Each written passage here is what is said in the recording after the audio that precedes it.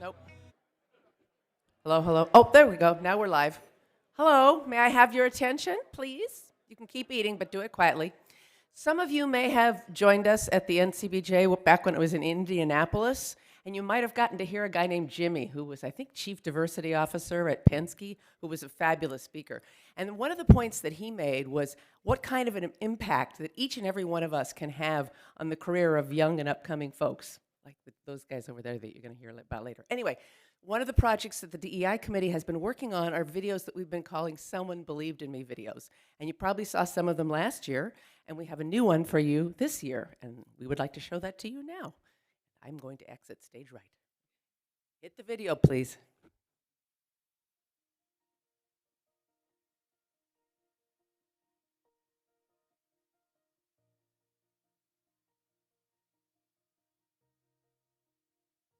I'm very fortunate to have had and continue to have a number of individuals who support me. So I don't want the identification of a few to exclude the many.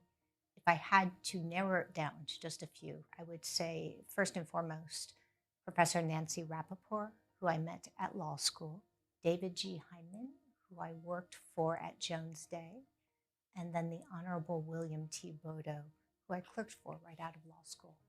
Professor Nancy Rappaport, and I'll just call her Nancy because she has been a lifelong mentor, sponsor, and friend. She, from day one, was so open and so willing to take me under her wing.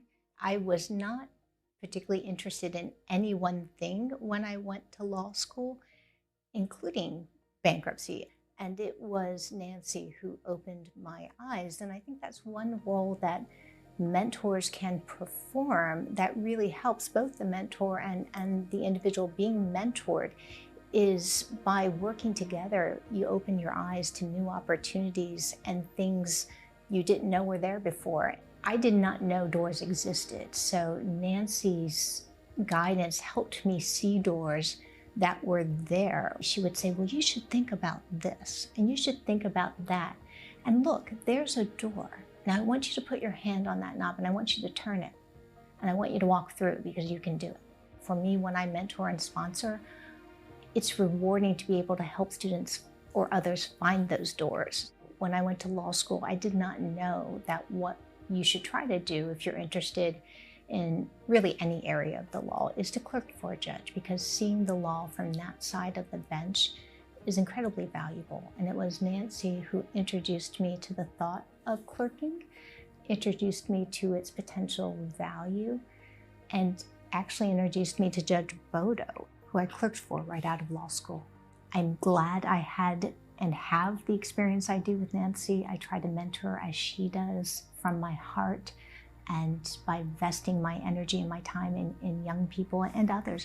I'll mentor anyone who thinks I might be able to help or guide them. But the most important thing is the message that then they need to pay it forward.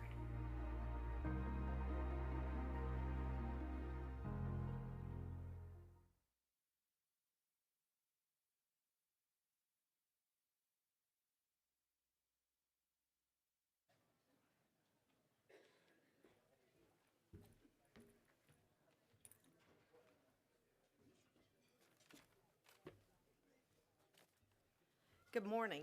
I'm here this morning to introduce the distinguished students for this year. And they are just a great group of people. They're all seated here, and they're going to come up in a minute and receive their plaques and get their picture taken. We are here to celebrate their many accomplishments and their really hard work through school. And we're also here to say to them, we believe in you, just like this wonderful video we just watched. We believe in you, and we want to help you, and we're here. If any questions you have, and whatever we can do to help you, that's what we want to do. In a moment, I'm going to present each of the distinguished students. We have 11 one from each circuit law school, and we have 3 distinguished business students this year. Like last year, if you look on your app, on your phone or your computer, under events, you will see under this scheduled time a resume and a picture of each of the students, and it will show on that app, and we'll have it up here as well, whether they have accepted offers or not. So as Charlie Beckham would say, you can do some shopping here while we're here. Let's do that, because these are wonderful students.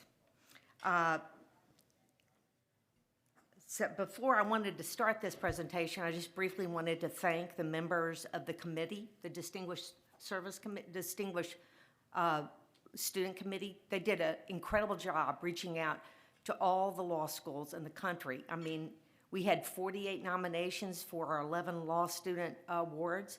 It was a very successful year. It seems like every year that the students are more and more impressive, if that's even possible. So I want to thank the members of the committee who really do boots on the ground, hard work, contacting law schools and law professors. And I also want to thank this year a number of you who agreed to help at specific schools because of your contacts with those schools. That was very helpful, especially with the business students. And we want to encourage you to do that again next year. You'll see an email go out next year asking for your assistance, where you can fill out a JOT form and say you would like to help. So thank all of you for your hard work, and it's been just a pleasure working with all of you. So I think we're ready to start our presentation for the students. Get our first slide up.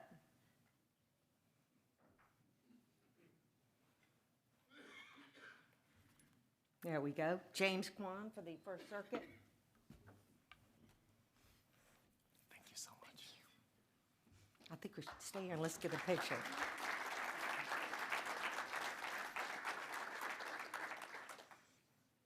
Good job. Our Second Circuit student is Aaron Hemmings.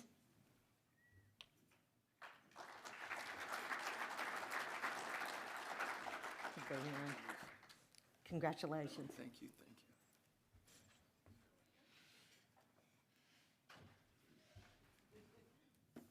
Our Third Circuit student is Madeline Demchek.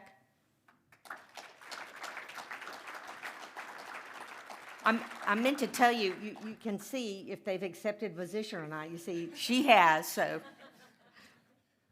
Madeline, congratulations.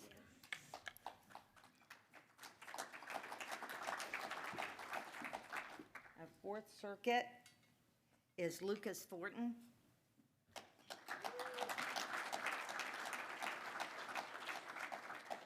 We have, congratulations, there you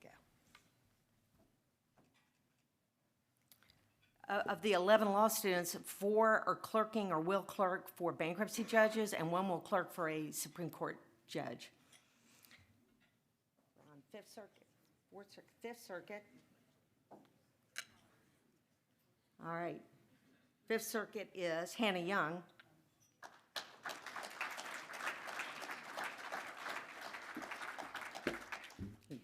Thank you. Congratulations. Our Sixth Circuit is Nick Pavlik. Sorry. I even practiced. Congratulations, Nick. There you go. This guy knows everything about sports, by the way. The Seventh Circuit is Joshua Livingston. I like to kid him about this, but notice he was a professional poker player. So, Thank you. thank you. Congratulations. Thank you.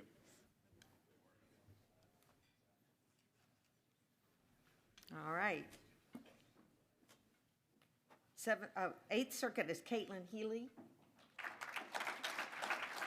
While Caitlin's coming up here, Caitlin has not yet accepted this job, so if you're looking for somebody, Caitlin is available still. We're lucky. Thank you. Thank you. Congratulations. Thank you. The Ninth Circuit is Fletcher Warren.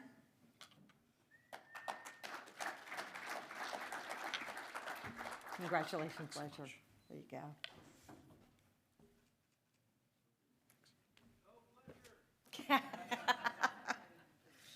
The 10th Circuit is Madeline Sharp.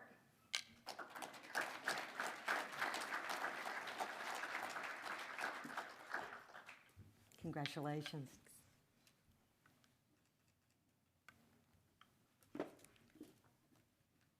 11th Circuit is Nader Abdul Murad. Nader has a law degree from Lebanon and the United States soon. Thank you very He's much. just a wonderful person. Thank you. Very much. All right. I think we're now on the business students. We have 3 wonderful business students this year. The first one is Alex Voisard.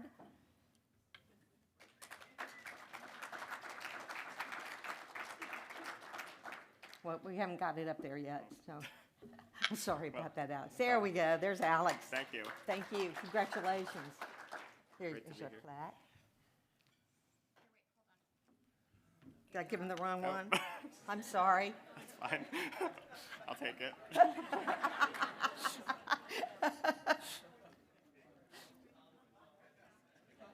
Thank you. The next one is Belissa, is it Belissa that's next? Belissa Pang.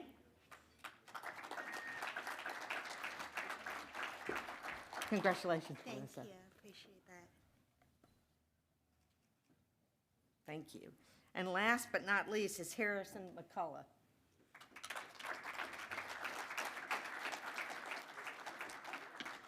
Congratulations, Harrison. Thank you. Thank you. In closing, I just want to say again, these are all the best and the brightest out there. We're so fortunate to have them with us, and they are excited to be here. They're enthusiastic and looking forward to their restructuring future. And I encourage each of you to reach out to them and talk to them and help them in their practice. And you will get more out of it than they will get out of it. I've just enjoyed this job so much. Thank you.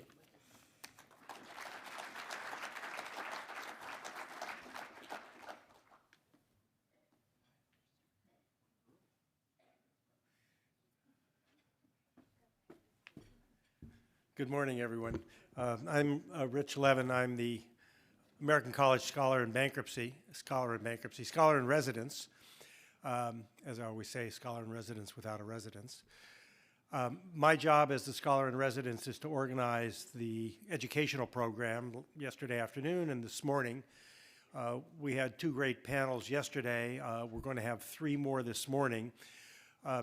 Before we turn to those panels, I want to mention to each of you who need CLE credit that if you go on the agenda page of the college website and click on the agenda for the educational programs, toward the bottom of that page, you'll find a link for CLE certificates so you can get the CLE credit from attending yesterday and today. That's a good 5 hours. And a bonus, our 3rd panel today is an ethics panel, which I know people are always looking for credit on. The 3 panels this morning, the first is a presentation by Melissa Jacoby, professor, University of North Carolina Law School. I should note that 2 of the distinguished law students today were her students, or are her students, one at UNC and one when she was teaching, visiting at Harvard.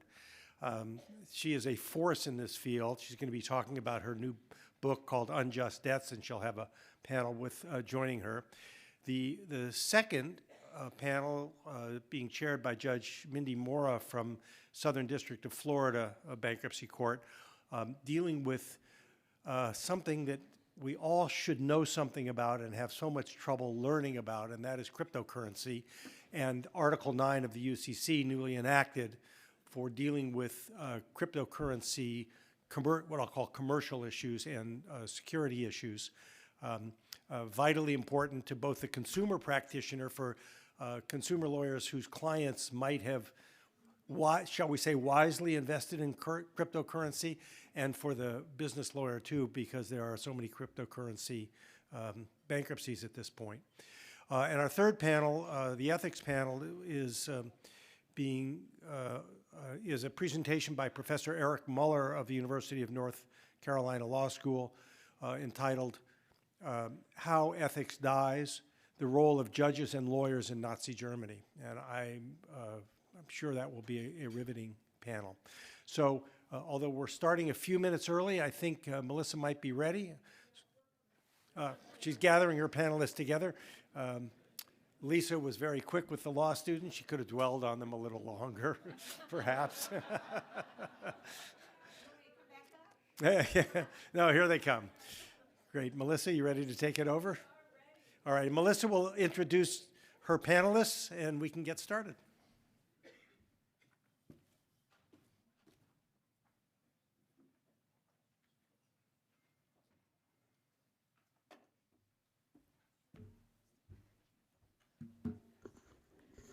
Good morning, everyone. Well, starting early is my general brand, and I thank my colleagues for playing along with that as well.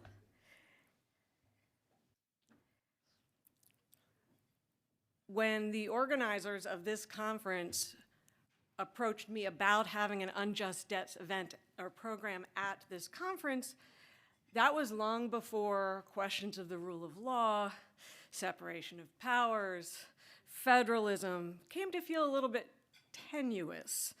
And one might ask whether it makes sense to talk about these issues at a time like this. Now, of course, this is a bankruptcy conference, so we go on, but I think there's even more at stake here for the discussion that we're going to have. So first, as was discussed by the panel helmed by Don Bernstein yesterday, the bankruptcy field and the bankruptcy world will be impacted by current events, and the system will be used in a lot of different ways by a lot of different people.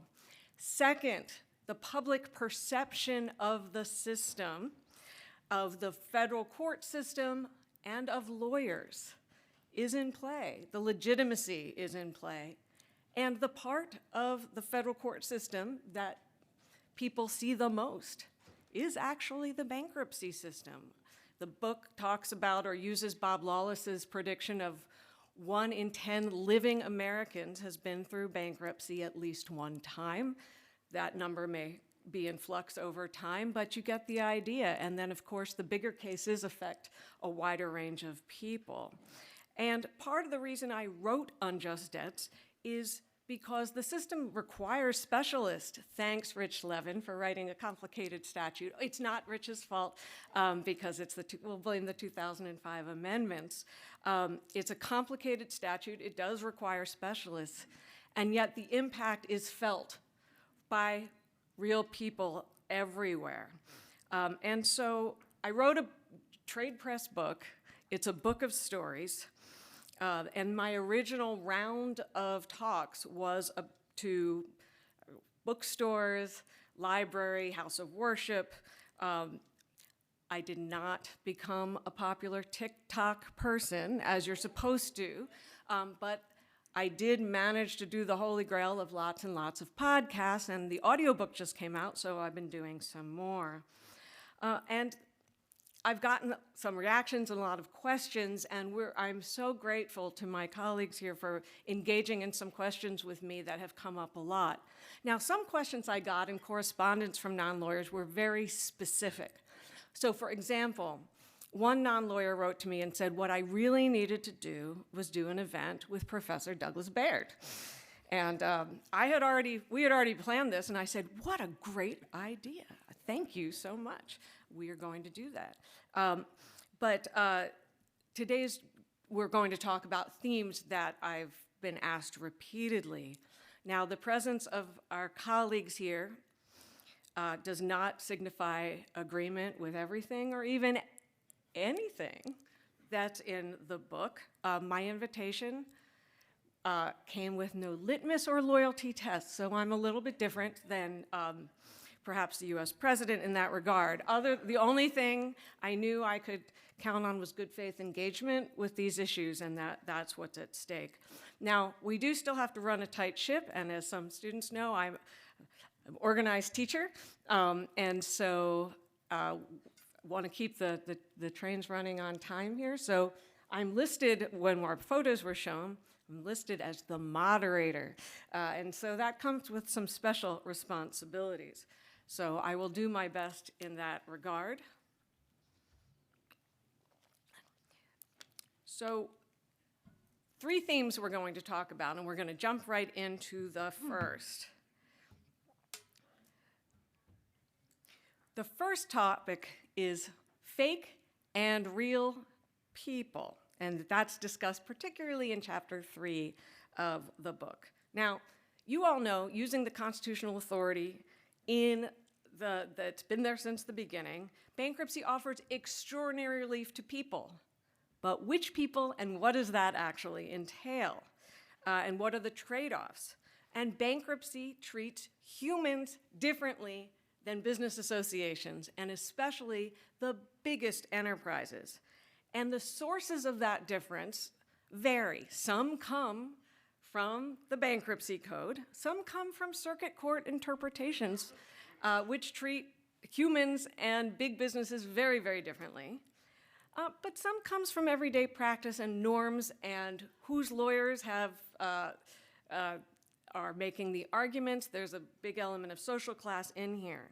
So the book talks about a variety of differences: scope of discharge, timing of discharge, the type of oversight, but also the flexibility to depart from what's actually in the bankruptcy code. And some lawyers and parties are rewarded for creativity, and some can get themselves in pretty big trouble depending on the type of case.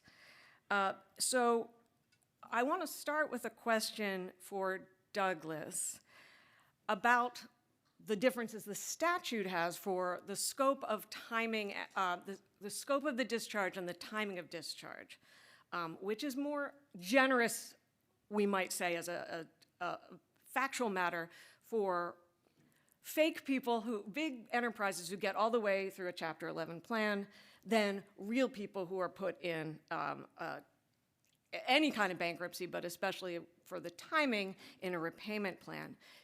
Can you help me understand if there's a good justification for that, theoretical, policy-wise? Sure. Well, I think I would sort of put the question the other way. There's a completely different history for corporate bankruptcy. It emerged out of equity receiverships in the 19th century.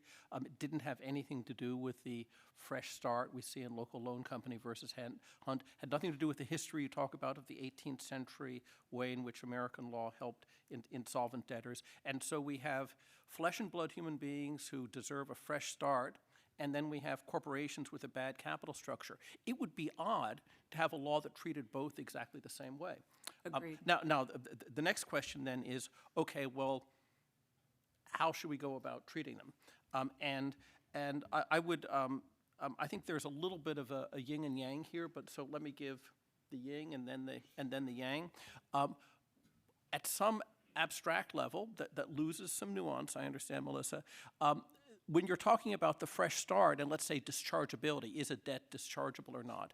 We're talking about, does a particular creditor still get to reach future income of the flesh and blood human being? And has the behavior been sufficiently bad, sufficiently difficult that we say with respect to that debtor, they can't reach that future income? But anyway, the battle is over creditor versus something the flesh and blood human being is going to have in the future. That's quite different than if we're talking about corporations and we live in a world of the absolute priority rule, where the only thing we're really talking about is of the assets the corporation has, and it's an insolvent corporation, they're all going to creditors. What we're talking about is why one creditor, a tort victim, should get a different kind of share than some other creditor. So the point, I'm not saying how it should come out, but I'm saying is we're talking about dividing stuff up among creditors, which is what we're doing in the corporate context, is fundamentally different than figuring out what a creditor should get out of future income. And the idea that we treat the two differently shouldn't come as a surprise. To push back in a way that I think is familiar, at least in academic circles for a long time. There are many academics who've said, look, as a general matter, before we even get to bankruptcy, involuntary tort claims should prime not only general creditors, but also secured creditors. To which a bunch of secured creditors over the years have cried to me and said, Douglas, I'm going to lose my hard-earned money. And if I lend money to a debtor who's not properly insured, then I may be in trouble. And are you really telling me that if I invest in a corporation, I should sort of have to worry about whether or not it commits torts? To which you say, yeah. So I wouldn't. It wouldn't shock me.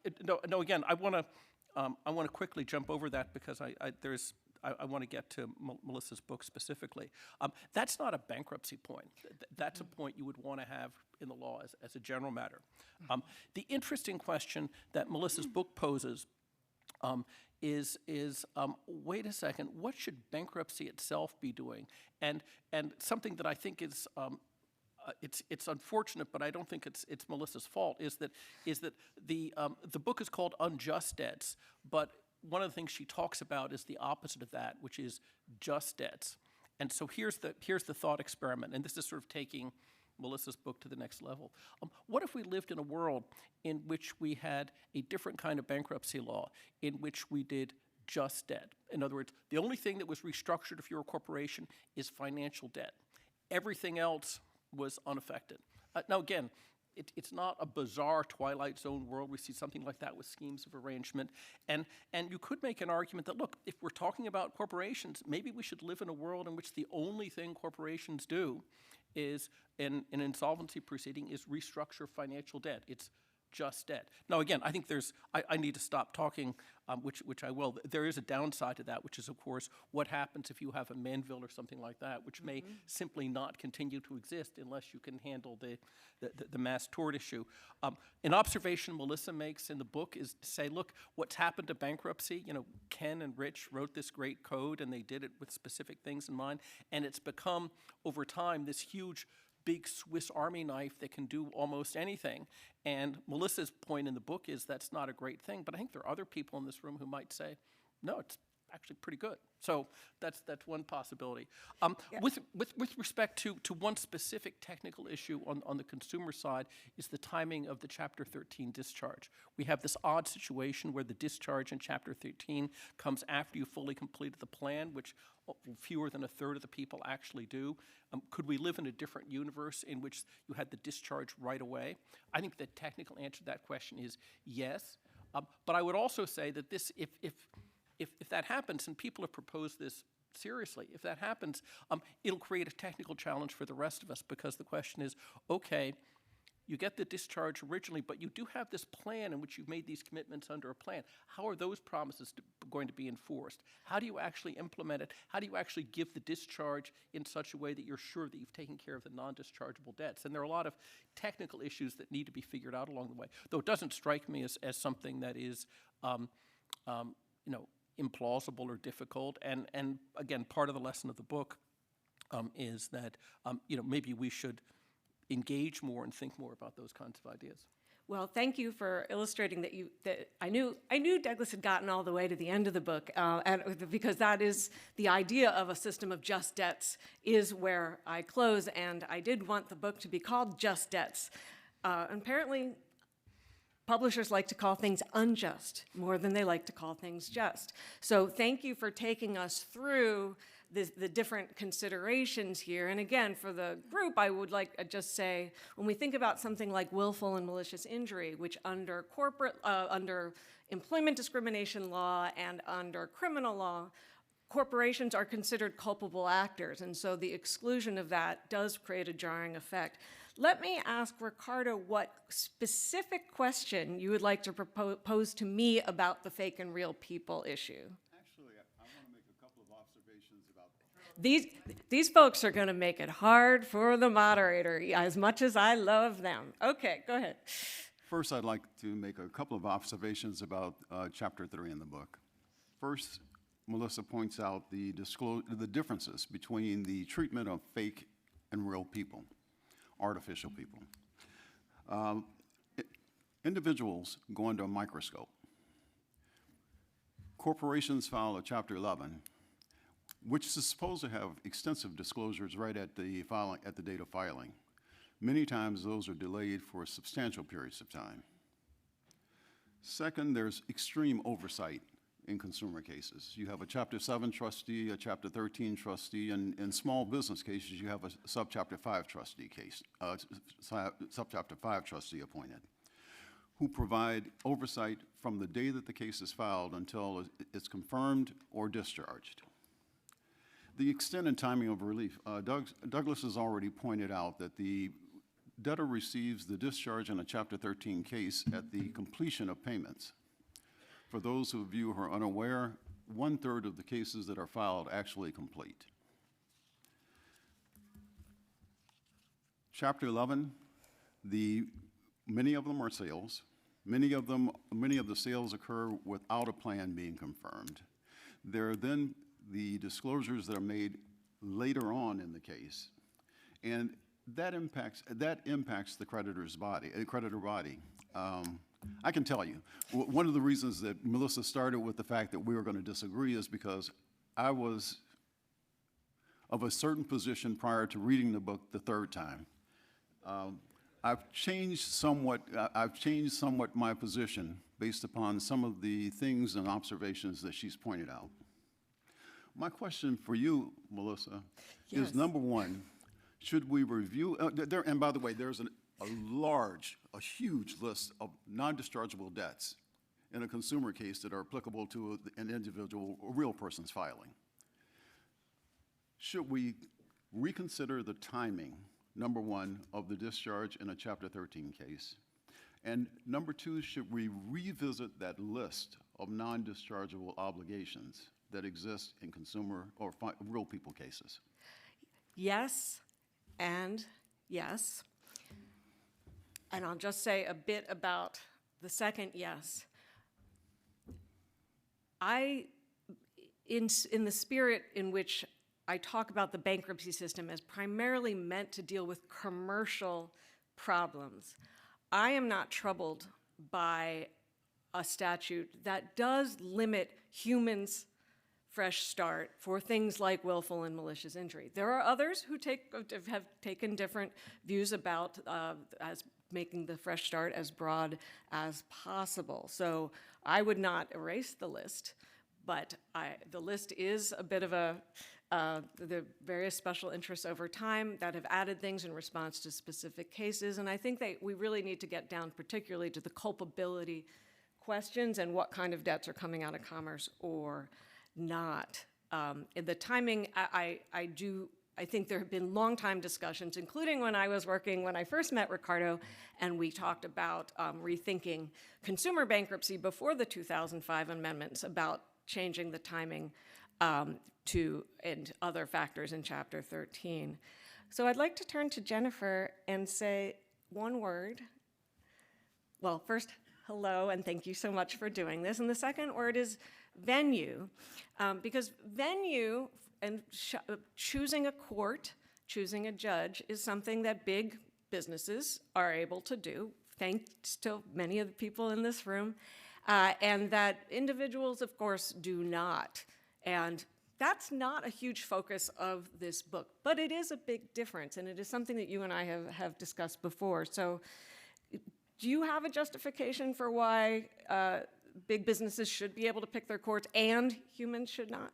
Of course I do, Melissa. First of all, I'm thrilled to be appearing here as Rich Levin's lawyer, defender of the policies underlying Chapter 11, which I'll be doing throughout. I will say that I do think you raised some fair points, which I'll get to, but first I'm going to go on the attack. First of all, I have to say, I do think there is an issue with you characterizing fake versus real. I get that the characterization of companies as fake is provocative and probably— It's short. It's one syllable. And probably was very helpful to book sales. But for those of us who've worked throughout our careers in Chapter 11, companies are far from fake because they are backed up by very real people, management, owners, shareholders, employees, vendors, and customers. Mm-hmm. So throughout the book, I was troubled by the characterization, which in my view, delegitimizes calling companies fake and individuals real. So I'll start with that. Secondly, I would obviously agree with Professor Baer that there are a number of reasons to distinguish between what I'll call individuals and corporations. And first is, the policy. Between Chapter 11, the aim is to facilitate business reorganization by allowing debtors to continue operating while developing a plan to repay creditors in order to avoid liquidation. And absent fraud or gross incompetence, the view is that leaving the debtor in possession is preferable to automatically installing a trustee. Also something I think you take issue, if not directly by inference. Chapter 13 is quite different. You have, an individual with regular income that wants to hold onto key assets and is going to come up with a payment plan over time. And so the thought that venue is used unfairly by companies and not individuals, I would say it's really sort of not even an apple and an orange. It's more like an orange and a broccoli. It would be counterintuitive for an individual to want to file venue in another jurisdiction. And in fact, I would argue that the best place they can be is a local judge who understands, among other things, what the local economy is like, which will go directly to the feasibility of their ability to pay back their assets and pay back their debts through their assets. I will say, there are a number of issues that have been stated over time with respect to venue selection. And in the old days, I have to quote Bob Lawless and an article he wrote, because I love this quote. I don't know if Bob Lawless is here, but there used to be an art to the Chapter 11 venue grift. In the old days, a large corporate debtor had the decency to follow a small subsidiary into a favored venue. If the subsidiary didn't exist, the lawyers would create one a respectable amount of time before the bankruptcy filing.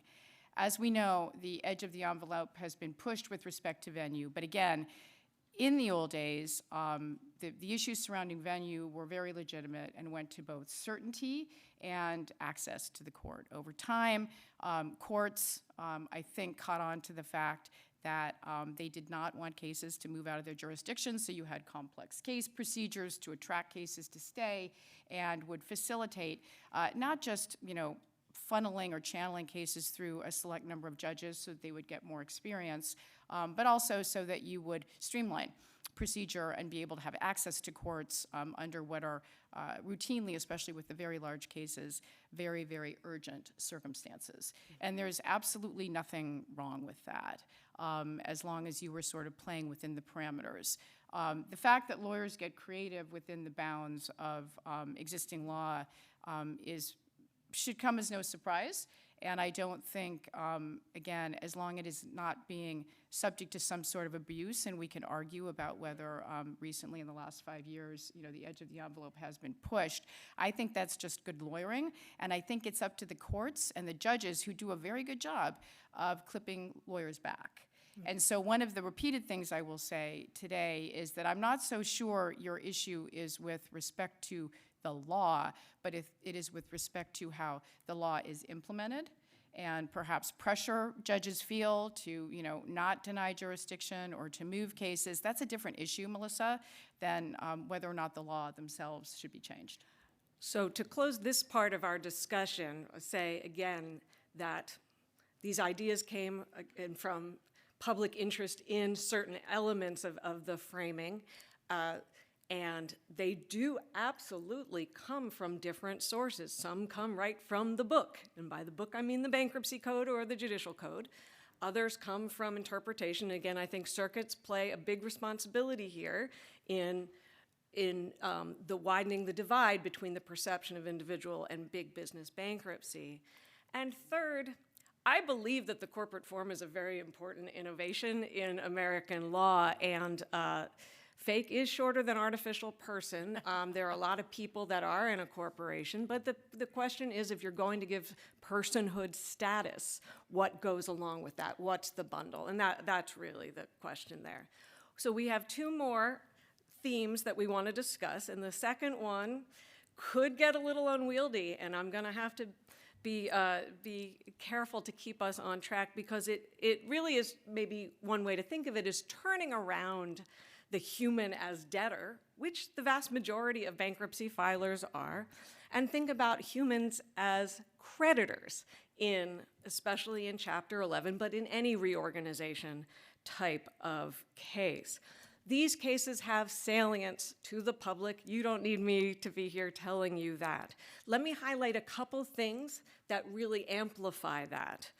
First, this group, of course, is comfortable with and accustomed to the big breadth of claim and debt that was put into place in 1978, that it's not just borrowed money, it's not just supplier contracts, but it's tort, and it's statutory, and it's regulatory, and it's even constitutional harms.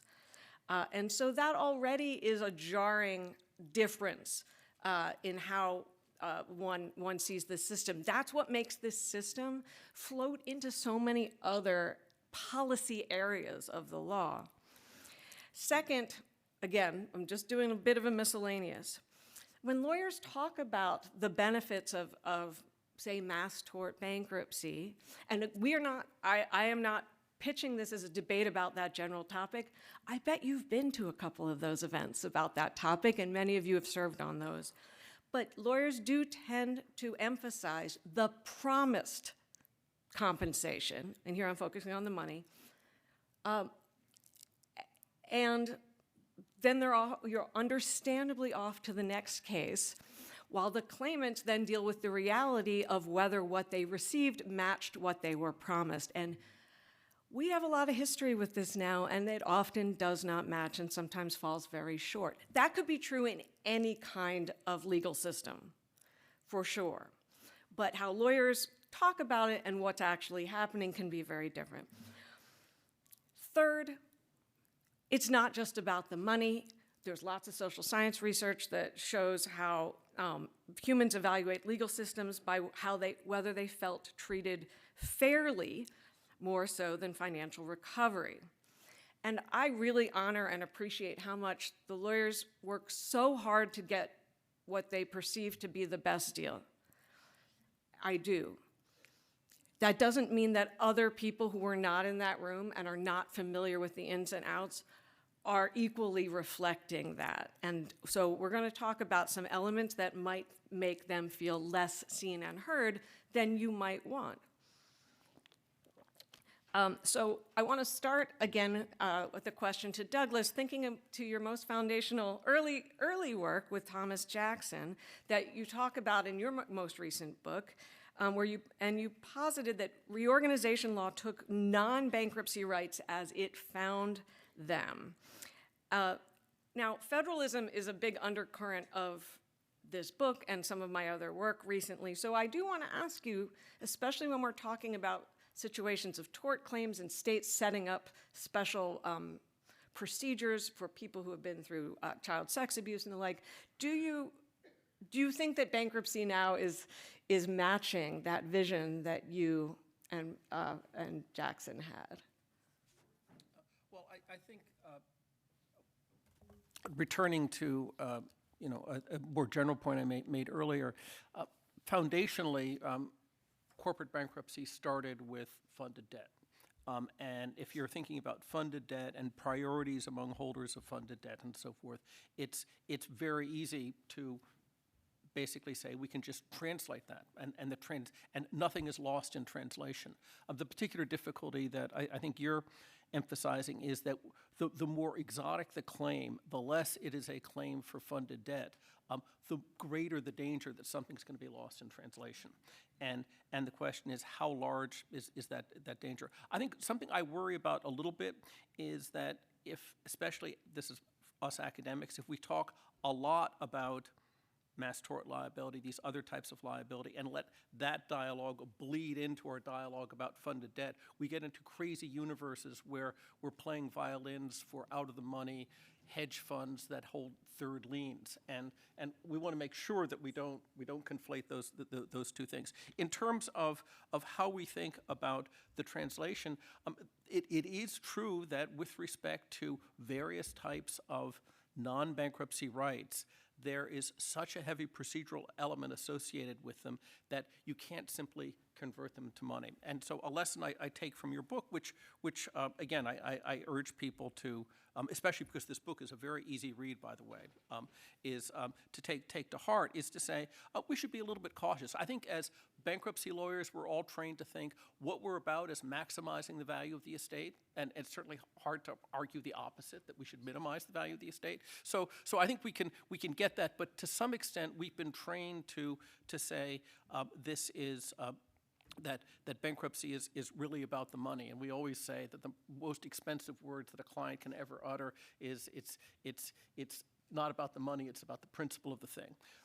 But there are in these mass tort cases, cases where it's really not about the money. I was testifying in front of Congress with a woman whose son had been playing high school football, had gotten injured in high school football, was prescribed OxyContin, became addicted to OxyContin, and then became addicted to heroin, died of a heroin overdose, and in the Purdue bankruptcy, she was going to get a couple of $1,000s, and as far as she was concerned, that was blood money, and for her, it really wasn't about the money, and that's something that we should take to heart. But I should also say that I've pressed the lawyers in Purdue about this and done it publicly, saying, what do you actually think about that? And they say, no, we get that. We don't have a good answer for that. And I think it's useful for us to bear that in mind, but also at the same time, I want to make sure that when we think about those things carefully, we don't let that bleed into out-of-the-money,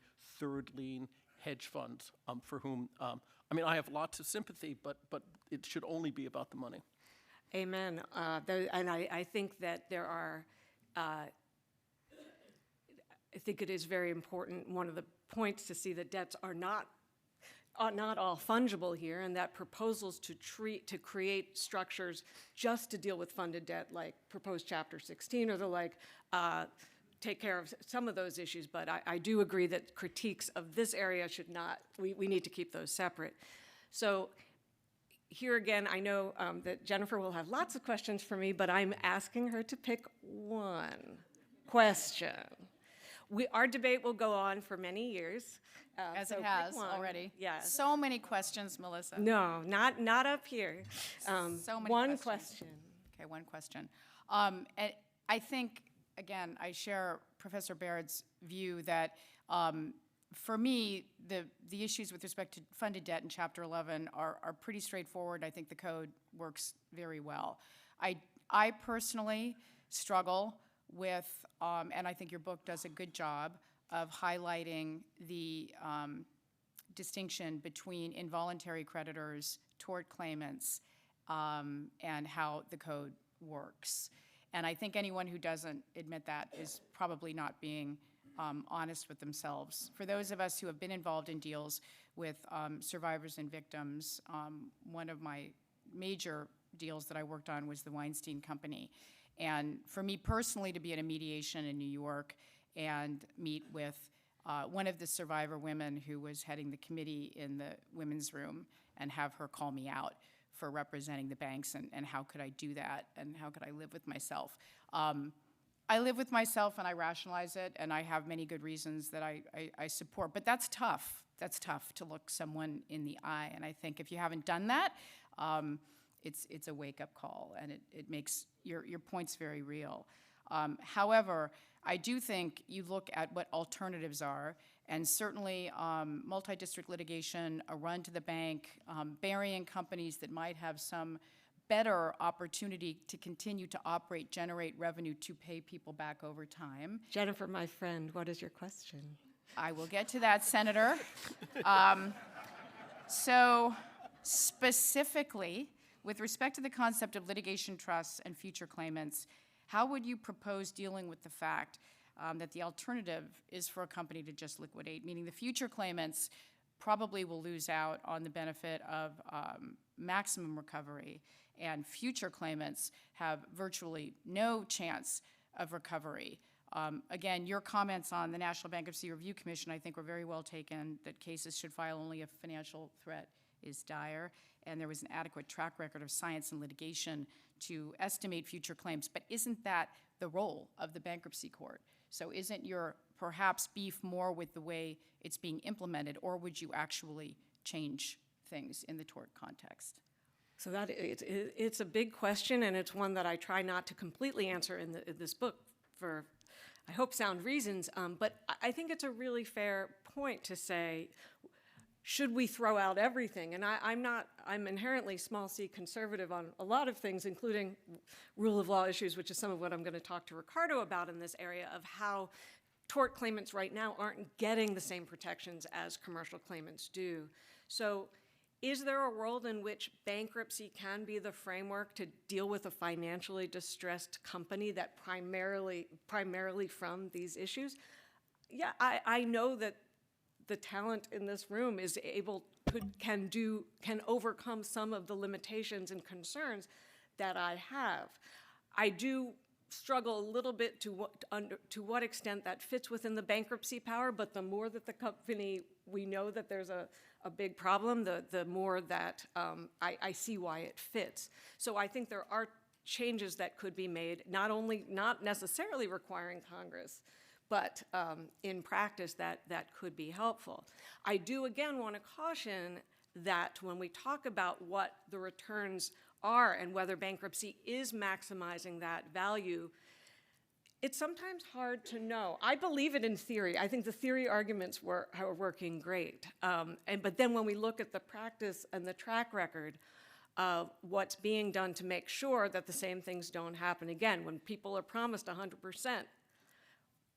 they're not necessarily getting 100%, and I can live with that. But if the lawyers are going to continue to talk about it like a 100% case, when the trust itself is saying it's not a 100% case and that it's right now a couple percent case, then I think it makes it harder.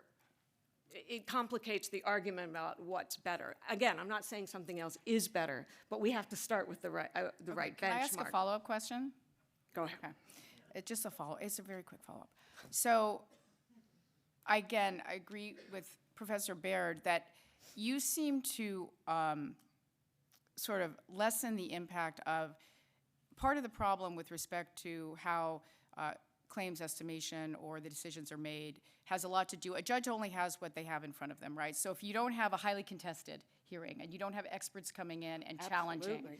then they aren't going to go out and do that work themselves. And so they're Absolutely. going to have to basically, but that's not a bad thing. So in the context of, for instance, the Boy Scouts where you discuss at length, the committee obviously did an amazing job of really, pushing for various outcomes with respect to the settlement. But there were a lot of non-economic, very meaningful things that were negotiated for. Yes. That I feel the way the book slants does not give due credit for that being. To your point, a lot of people are much more interested in how future Scouts are treated Absolutely. and oversight with respect to adults and things like that than whether I'm going to get a $3,500 administrative convenience payment or a $10,000 payment. No, thank you. So thank you for raising that, and I do agree, and I did vet the book, those chapters 6 and 7 with survivors who are on that committee, and those non-economic concerns were very real to them. So thank you for raising that, and that's consistent with my points. That being said, they did agree not to challenge the estimation and the valuation, but they knew they're not that 100% number. Their belief was their 100% Right, so you're number. not Well, maybe wait, getting wait. to the end of that evidence, but that's okay because you've settled for other things. They have, and I want to keep And that's this. not a bad thing. That's all I'm saying, Melissa. Jennifer and I often do agree. It's that there's a balance. I do, in terms of who should do what, I do want to remind us again about the some of the constitutional limitations. The Judicial Code says that bankruptcy courts are not supposed to try personal injury and wrongful death claims. How does that affect estimation? I have written about that separately, and we won't belabor that here, but I hope that those in the room, and I think one of the reasons that I get to discuss this with you is that this isn't a book about trying to point fingers at courts and saying, you need to do more and intervene with business that hasn't been presented to you. That's not this kind of project. So with Ricardo, I'd like to get into some more, again, we want to be specific here. Some concerns I have about the treatment of tort claimants in modern mass tort practice, and this comes from norms, is mass tort claimants are not generally given weighted voting, so those who have documented more severe claims are put in a class with people who have unvetted claims, and then they're all valued at $1 for purposes of voting to be sorted later. Commercial claimants, I think, would not stand for that, but the pragmatism leads to that. Second, best interest of creditors test, therefore, doesn't doesn't quite work on an individual creditor basis. My colleague, Professor Elizabeth Gibson, raised these kind of issues decades ago about how to make the system more aligned with due process, as well as the bankruptcy code, and I think things have continued on that same line. So my question for Ricardo is, how do we defend, other than pragmatism, not honoring the bankruptcy code, what it says that tort claimants are entitled to based on what Congress wrote? We have to depend upon pragmatism. I mean, at the end of the day, the alternative is the piecemeal dismantling of a corporation. Although one thing that Douglas said earlier, I need to take issue with, many of these cases, we're not dealing with insolvent corporations. We're dealing with corporations that are solvent, that set up, that do divisive mergers, that then set up subsidiaries or affiliates that they then use to reorganize. As Jennifer said, there's some very, very creative people in this room.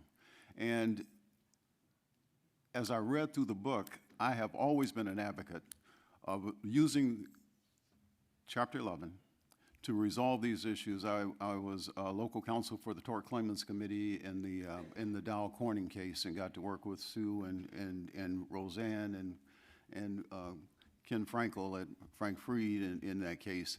And that case was a meaningful payout to the tort claimants, to the people who were injured by the product that they put into the stream of commerce. In reading about the continual evolution as we protect the solvent corporation, create these entities that are then funded with the specific purpose of capturing liability, both current and future, I think that we need to think about what we're doing and the finesse that we're using to get those things through the system and the fairness. Best interest of creditors, I mean, they get the same in Chapter 7, in the 11 as they would get in a Chapter 7. Is that really being accomplished in these cases? I mean, you know, if Johnson & Johnson has an affiliate with $6 billion and the corporation's worth X number of billion, are they really meeting that test? Or are we simply capturing the liability with an affiliate and then treating it in a fashion, hopefully to pay them a meaningful dividend? But again, I have some reservations, because I've always felt that the best repository for these types of cases and the orderly treatment, of all claims is the bankruptcy venue. But then, you know, fortunately or unfortunately, I started out in the consumer area. I then got to represent the city of Detroit in both GM and Chrysler. I then got to represent the Water and Sewage Department in the city of Detroit's Chapter 9, which was, contrary to all the garbage that's out there, the largest asset in that case. We funded the pensions because we leased the water and sewer system back to the adjoining areas. Those deals were cut without any tort claimant being at the table or being able to discuss it. I mean, we had those discussions with commercial creditors and with those who were in the room. I still feel that this is the best way to deal with those obligations, but that we have to be a little bit more mindful of, you know, the things that really sort of intrigued me were the statement by the the victim, that was made in the Olympic Committee case. I mean, that was it was profound and meaningful. The USA Gymnastics. USA Gymnastics, exactly. That really bothered me. I've always treated this as I'm a technician. I come in, I try to park my opinions and my politics at the door, and I do a job for my client. But at the same time, there has to be an overlay that is a fairness to the things that we do. And as we do the jobs that our clients engage us to do, are we accomplishing that? When you preclude, I know the supermajority, the 85% requirement or the 75% requirement of the 524G to get confirmation of a case that has these injunctions and allows a walk away with the creation of a trust. Give some protection, but what about that 25 and 15%? How can we get them to meaningfully participate in the proceeding? Because commercial creditors are there. They're represented. They all have a place at the table. The tort claimants typically do not. And again, dependent upon the magnitude of the obligation that they're dealing with in the Boy Scout cases, what PI attorney is going to be worried about $750 or $3,500? I mean, the lack of the filing of claims in that case was disturbing. 31% at the end was what, I mean, you know, that's not a meaningful participation. I receive some of these things based upon the things that are done with my with my brokerage account, and I have to give them to one of my admins for them to go through to tell me what to do to get a valid proof of claim on file or valid claim on file. What are these individuals to do?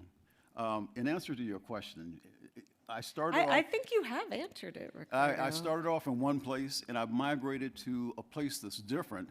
I still feel that this is the correct venue. I think that we need to tweak what we're doing so that we make it a little bit fairer to those who did not voluntarily enter into the process, who didn't have funded debt. And your observations about Detroit, which is something I've been very fascinated by, and you and I have had wonderful discussions of, is a good transition into really our third theme. And again, we've organized this around themes that particularly resonated with not lawyers, people who aren't part of this field. And so we're going to talk about that third theme now, which is racial disparities. I also realized by our early takeoff of this plane or panel, there may have been something there may have been other remarks that were going to be made at the beginning that I'm not sure about that maybe need to be made at the end. So we will certainly, I want to be mindful of that. So almost 15 years ago, or roughly that, two fellows, Professor Bob Lawless and Jean Browker, along with the psychologist Dov Cohen, had their research on the front page of the New York Times, and their research was about the disparities in for black filers versus white filers in the personal bankruptcy system. Even before that, college fellow Michelle Dickerson wrote about property exemptions and the way that the law, while facially neutral, was, in her words, optimized for white families.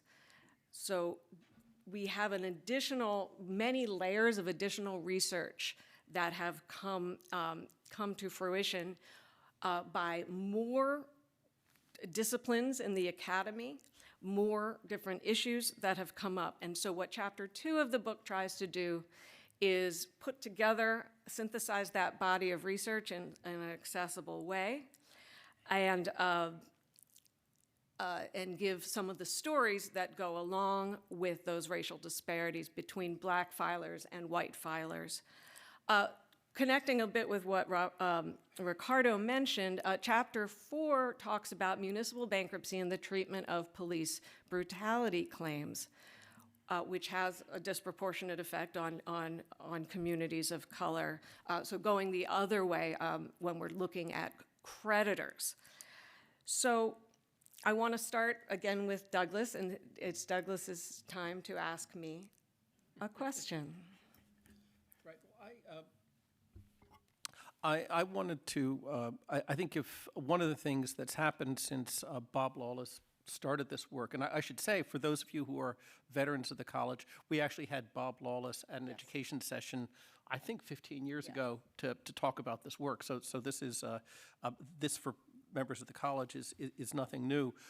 I should also shout out to one of our distinguished students. This is a business student who actually worked with Ed Morrison, who's done some very interesting empirical work here, looking specifically at my hometown of Chicago.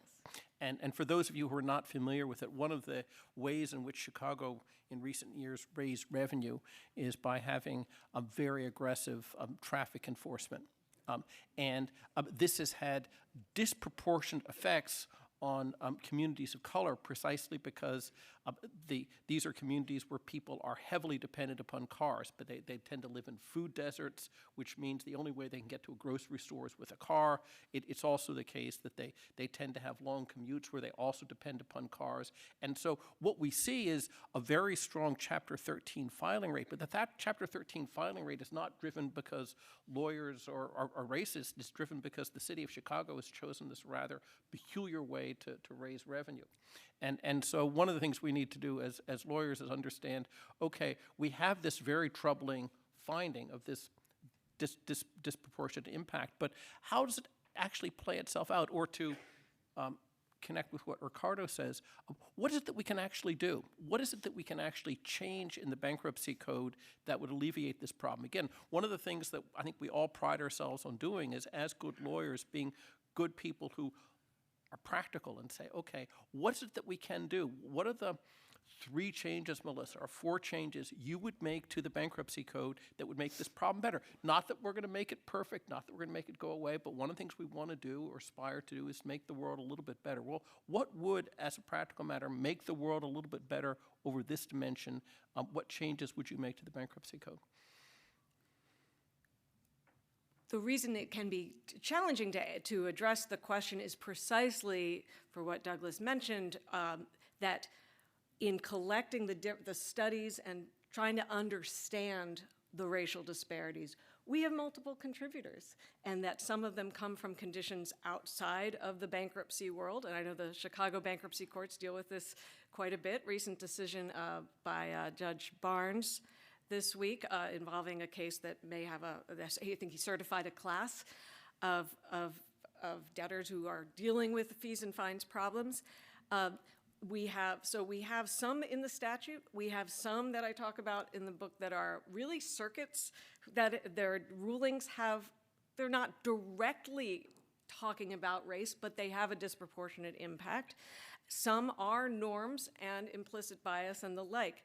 This is not a book that is pointing fingers and talking about people having active racist thoughts. That's not for me to be. I haven't done that research directly, but there are multiple contributors, and some are easier to fix than others. So I mention that because one challenge of trying then to deal with the issue statutorily is, to the extent there are these outside factors, what can be done? And so one concern, and this goes back to the just debts point, is how much can bankruptcy help problems that are so far outside their realm? It comes back to your early work indirectly that way as well. And so some of these things I don't think can be addressed directly in bankruptcy. Two things that could be are, one, going to a more just only debts concept when we're talking about claimants, for example, in municipal bankruptcy. Now, some people think of that as an equality of creditor violation. I say it depends where you start the scope of what the bankruptcy clause is for, what the bankruptcy power is for.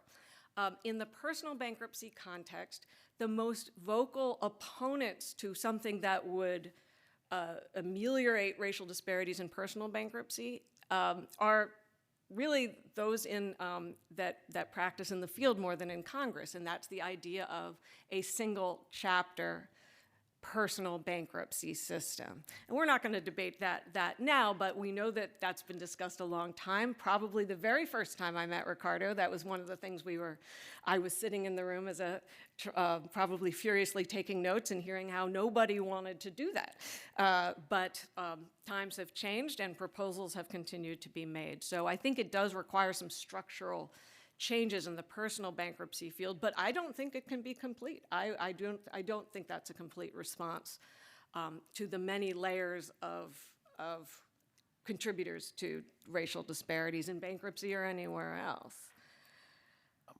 But again, Okay. to press you, specific things like, let's say that with respect to student debt, we just change the word and no longer say substantial hardship, but say hardship. So courts actually have to press the reset button, and we get away from the Brunner test. The Fifth Circuit has to do something different. Again, not saying that changes the world, but that's a specific thing that is possible and doable and not not completely utopian. So thank you for that specific suggestion. So in addition to whether we went to a single chapter system, something that courts could do now, even if we don't change this exception to discharge standard, is en banc, circuits could rethink the way that they have interpreted the statute, which they've done in a way that has fallen disproportionately hard on African American filers because of the research, what we know about student debt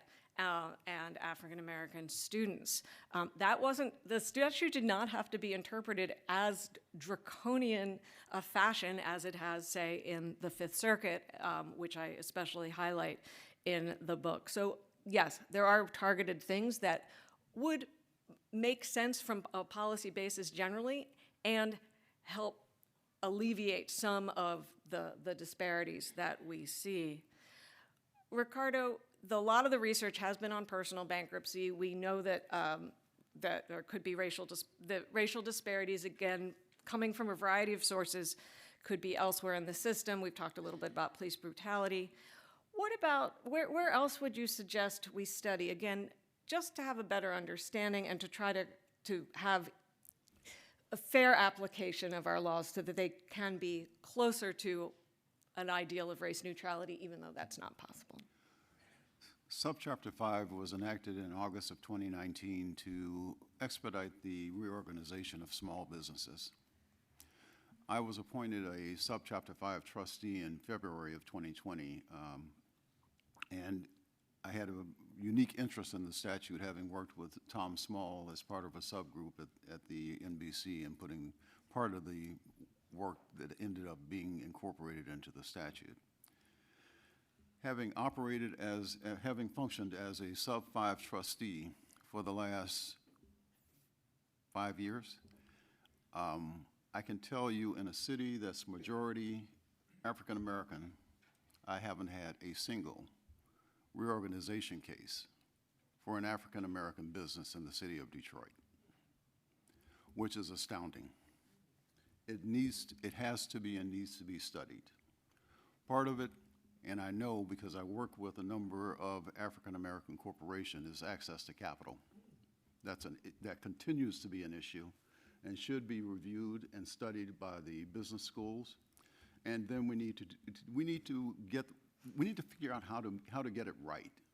I mean, something isn't happening that's, because I'm not talking about anything special for these companies. I've got operators that are perfect. I have people, there was an African-American business that made the screw that anchored every seat for every automobile company in the mid-2000s. Rather than reorganize, that company was rolled up and sold to a third party. And I actually had to work with that because that was when I was a technician and a hired gun, rather than, again, thinking through what I was doing. We have to study why in a city that's more than 60% African American, with African American businesses, they're not availing themselves of an avenue that was created to assist them in keeping their businesses alive. I would submit that that's something we need to do yesterday. Thank you. I'm going to turn to Jennifer now. You're in a new phase, but for many years you played leadership roles at your law firm. I'm going to put this question in the past tense rather than put it in the present moment so that we can actually talk about the issues and not the overlay of threats from the administration to law firms. But your experience with recognizing the research on how a wider range of perspectives actually gives you a better product, good for markets and the like. My understanding is that you've worked in ways to encourage groups to be more inclusive, to maybe think about implicit bias and the like. Can you tell us about those experiences and what advice you would give us to think about these issues in the bankruptcy system? Yeah, it's hard to separate the present from what was, 25 years plus of my work at my firm, Sidley, on account of our Sidley Women's, and I also was a co-chair of our diversity committee for many years as well. And my firm was one of the 20 that just received the EEOC notice in the last week. So it's a very difficult and painful time, but I will put that aside and talk about things that we did learn by working with consultants like Dr. Erin Reeves, who's working with the college right now. One of the things that we learned is that over time, the biggest obstacle in dealing with lawyers who view themselves generally to be very high-functioning, intelligent individuals was getting them to acknowledge that the unconscious bias was there and existed. If we could get past that hump, lawyers are equally interested in data and an understanding of how to improve. But the wall we hit for many years was, no, I don't have any unconscious bias. It's just this is kind of how my teams worked out, and this is what the opportunities were, and this is how it just sort of evolved over time. Certain studies would present what we used to laughingly call aha moments for many of our partners, and what we on the Women's Committee would call duh moments. That was our nomenclature. One of those studies is a very infamous one that went around, or famous one that went around, about a memo that was submitted to partners. And under one study, it was written by a white student, and under one study, it was written by an African-American student or associate. And it was stark, the difference in how it was graded. The second thing that we talked a lot about is the concept of second chance, and that it is absolutely a data-driven fact that our diverse associates were not given second chances. In other words, if they made a significant mistake, which I have to believe all of us have made at least once in our professional career, oftentimes there is a significant disparity between the ability to have that second chance versus somebody just feeling like they're being written off. So that kind of hard data was very, very important. A third thing that we did that was very, very effective was we worked with consultants in how our partners were filling out reviews and the use of specific words and language, and the data that supports examples such as strongly performing women were complimented for being able to drive the trains and be very organized and oversee teams, where our male associates were commended for really being structural, having great analytic skills and being able to help structure. And so when presented with very, very specific data like that, we would achieve that aha or duh moment, depending on how you look at it. And at that point, then we could implement training, such as when you're thinking about these words in a review that is going to taint someone or tag someone for their development, think about another word.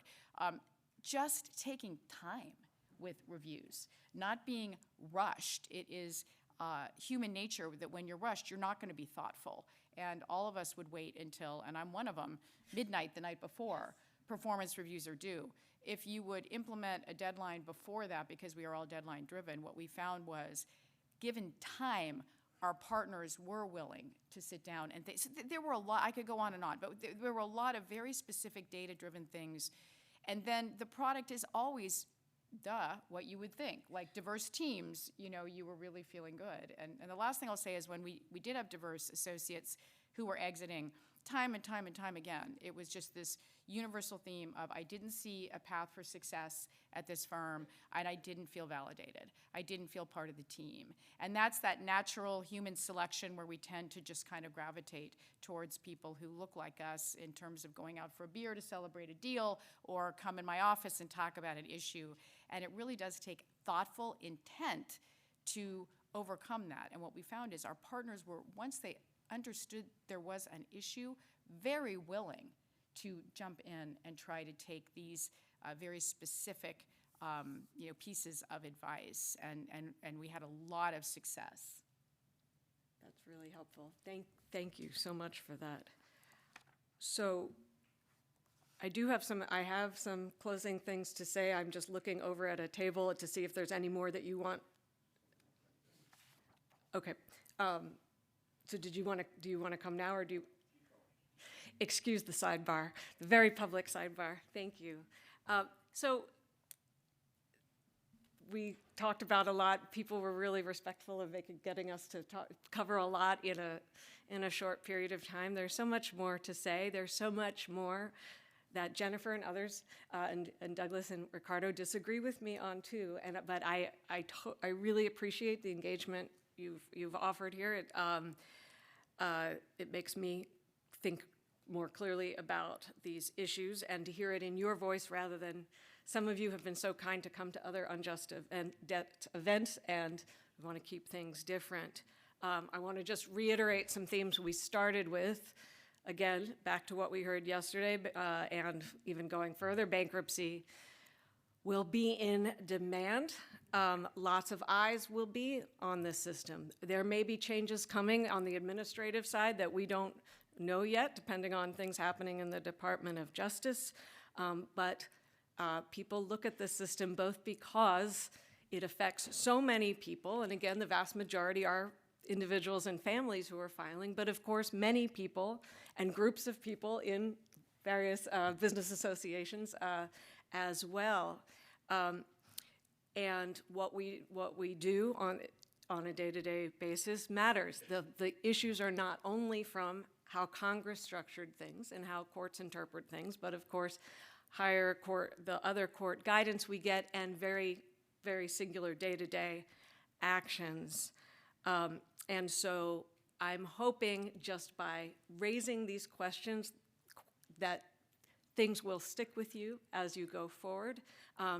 Please, I'm always open to also, I mentioned mail from non-lawyers, but of course I'd love to hear from all of you. And I will invite Paul Harner to come up.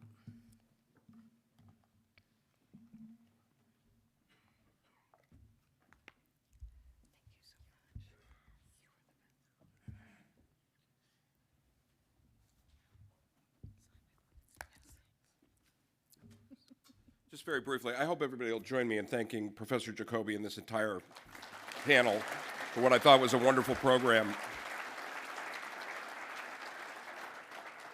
If you have not yet had an opportunity to read Unjust Debts, I strongly urge you to do so. The most recent issue of the Harvard Law Review gives a glowing recommendation and review, an exhaustive review, actually, of Professor Jacoby's book, and says in its conclusion, among other things, that she brilliantly illuminates a number of the pathologies that are plaguing the current bankruptcy system. You may or may not agree, but it also points out that she highlights the lack of a normative center in our system for the treatment of varying kinds of debts. And it's something for all of us, particularly as leaders in the profession, to think about. We have made available copies of Professor Jacoby's book at the registration desk. If you have not read it yet and you would like to do so, I urge you to pick one up. I assure you that Professor Jacoby is not hawking her own book here. She didn't even know we were going to do this. So they're available for those of you who would like to pick one up, not at her urging, but at ours. And I'm sure she'd be able to sign for anybody who would like to do that. I brought my purple pen just in case. You've got your Sharpie in hand. And then finally, I wanted to emphasize for everybody that if you are subject to the college's DEI training requirement, and if you don't remember that you are, if you are in leadership or if you are a new fellow, leadership broadly defined, if you're on the board of directors, the board of the foundation, or the board of regents, if you are a committee chair, or if you are a member of a circuit admissions council. So that's lots of you, and are subject to that requirement, having attended today or later watching this program, because we'll make it available on the website, satisfies that requirement, as do a number of other programs that are also available on the website. So, Melissa, thank you very much. Thank you all, and we can't tell you how much we appreciate it and look forward to hearing more.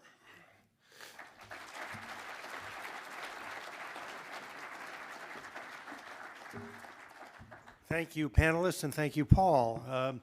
We're now going to move to our, you're done, right? You're out of here. We're now going to move to our second panel, chaired by Judge Mindy Mora. I see them gathering on the side, I think. We're going to take a break after the second panel, which is on cryptocurrency and Article 12 of the UCC. So we're running a little bit early. If you need to run out for 5 minutes. Hi. We'll wait Let me till get my purple pen. Come on up and let's get set up. We're gonna, let's move over there. Hi, Alice. Thank you, Doug. You too. How are you? Congratulations. Thank you. Thank you. We always like first-year fellows to be up here. I hope that. It wasn't my fault. I'm so happy for Kelly. I'm so I happy know. for you. She's what a great class. What, Chuck? You know how I love her. We'll connect when, next time I come. Sit right here. Yes. He's a good boy, girl, boy, girl. Mitch says, as you know, when we get to the end of our time, he stands up Yes. over. But he's not going to stand up in the middle. Well, it's funny, I always say. So you're going to have to Well, you know what? stand up. Not stand up, but Oh, no. No, I know. But anyway, I mean, what I mean is well earned. And, yeah, his, next time you're in town. And I want to hear his interventions won't affect Oh, my God. Yeah. in the middle part. Yes. Her son. Oh. Anyway, did I do okay? You know, representing me on that part, you were great. The rest of it, you know. So, they just have our. Do you know anything about that? No, but Cece's right here. I can ask. Cece? I know where it is. The PowerPoint is connected to this. Or the red arrow go backwards. Nope.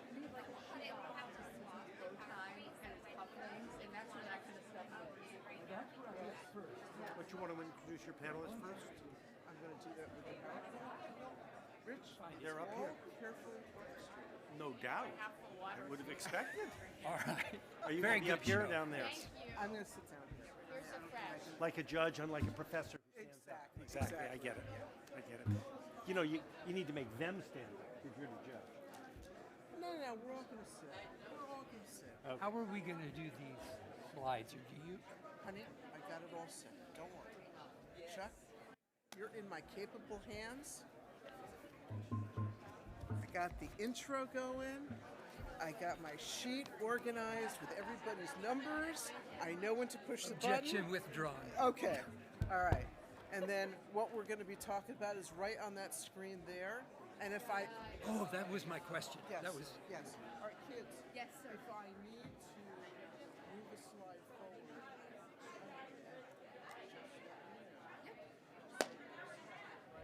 And I will move it to the next slide. Got it. Okay? I'll start calling people in about a minute. Okay. We're good. We are good.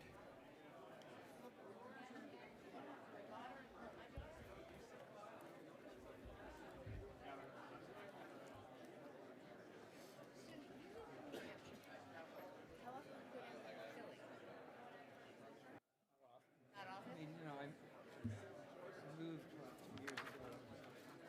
I had no reason to stay.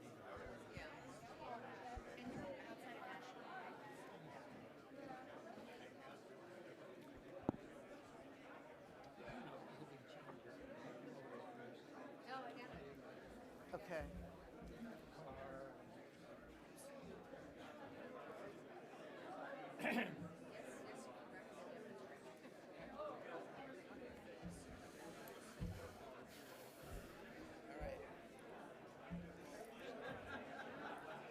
Okay, can we reassemble, please?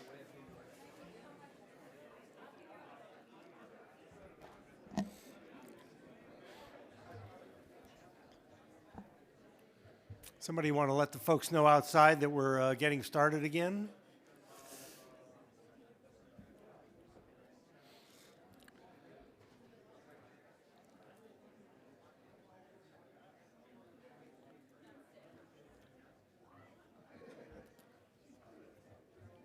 You know, should I do the countdown, you know?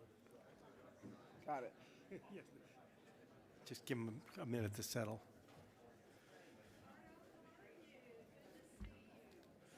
All right, Judge Mora, take it away.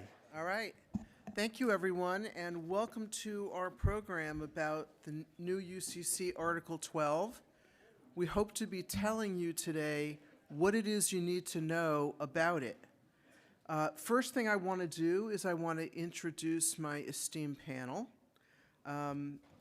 Immediately to my left is Professor Chuck Mooney, who is a leading legal scholar in the field of commercial law and bankruptcy law, and he's currently a professor of law emeritus at the University of Pennsylvania Law School.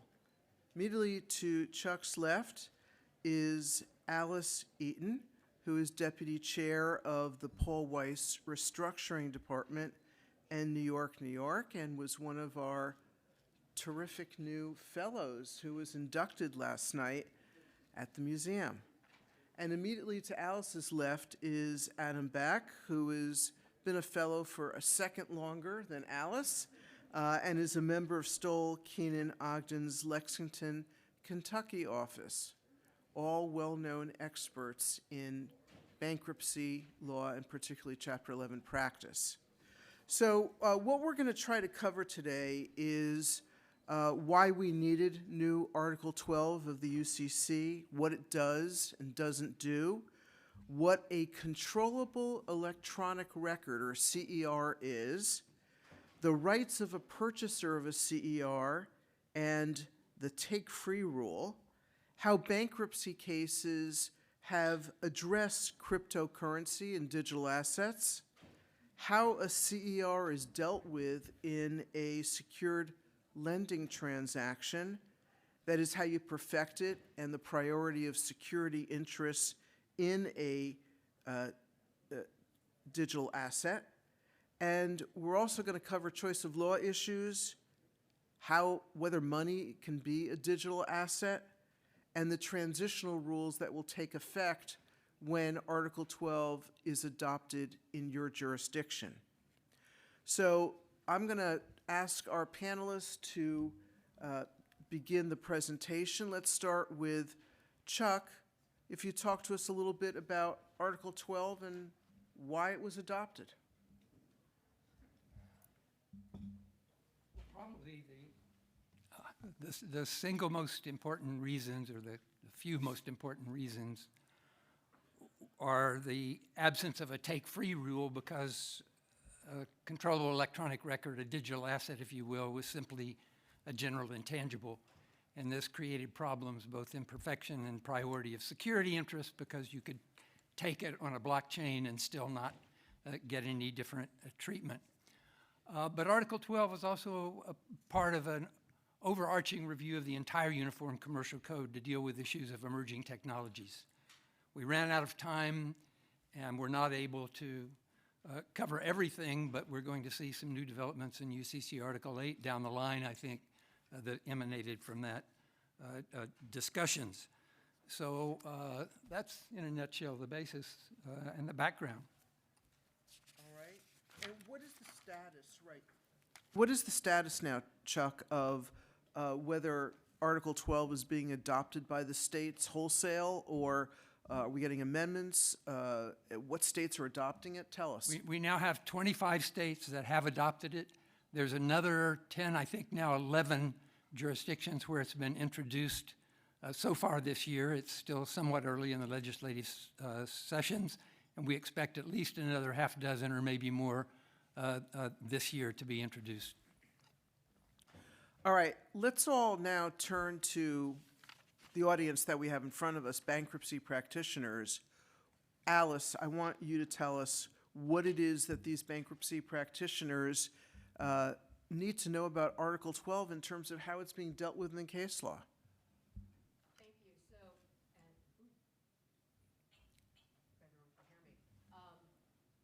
So, oh, there we go. Thank you. What's happening in the cases with Article 12? Well, Article 12 is candidly so new that there's not a lot going on just yet, but I expect that's going to change because, as we all know from the news and the fallout from 2022, Basically, there's been a slew of bankruptcies of crypto platforms, crypto miners, and most notably the FTX bankruptcy in November of 22. These cases and the opinions that are written in each of these cases are incredibly thoughtful.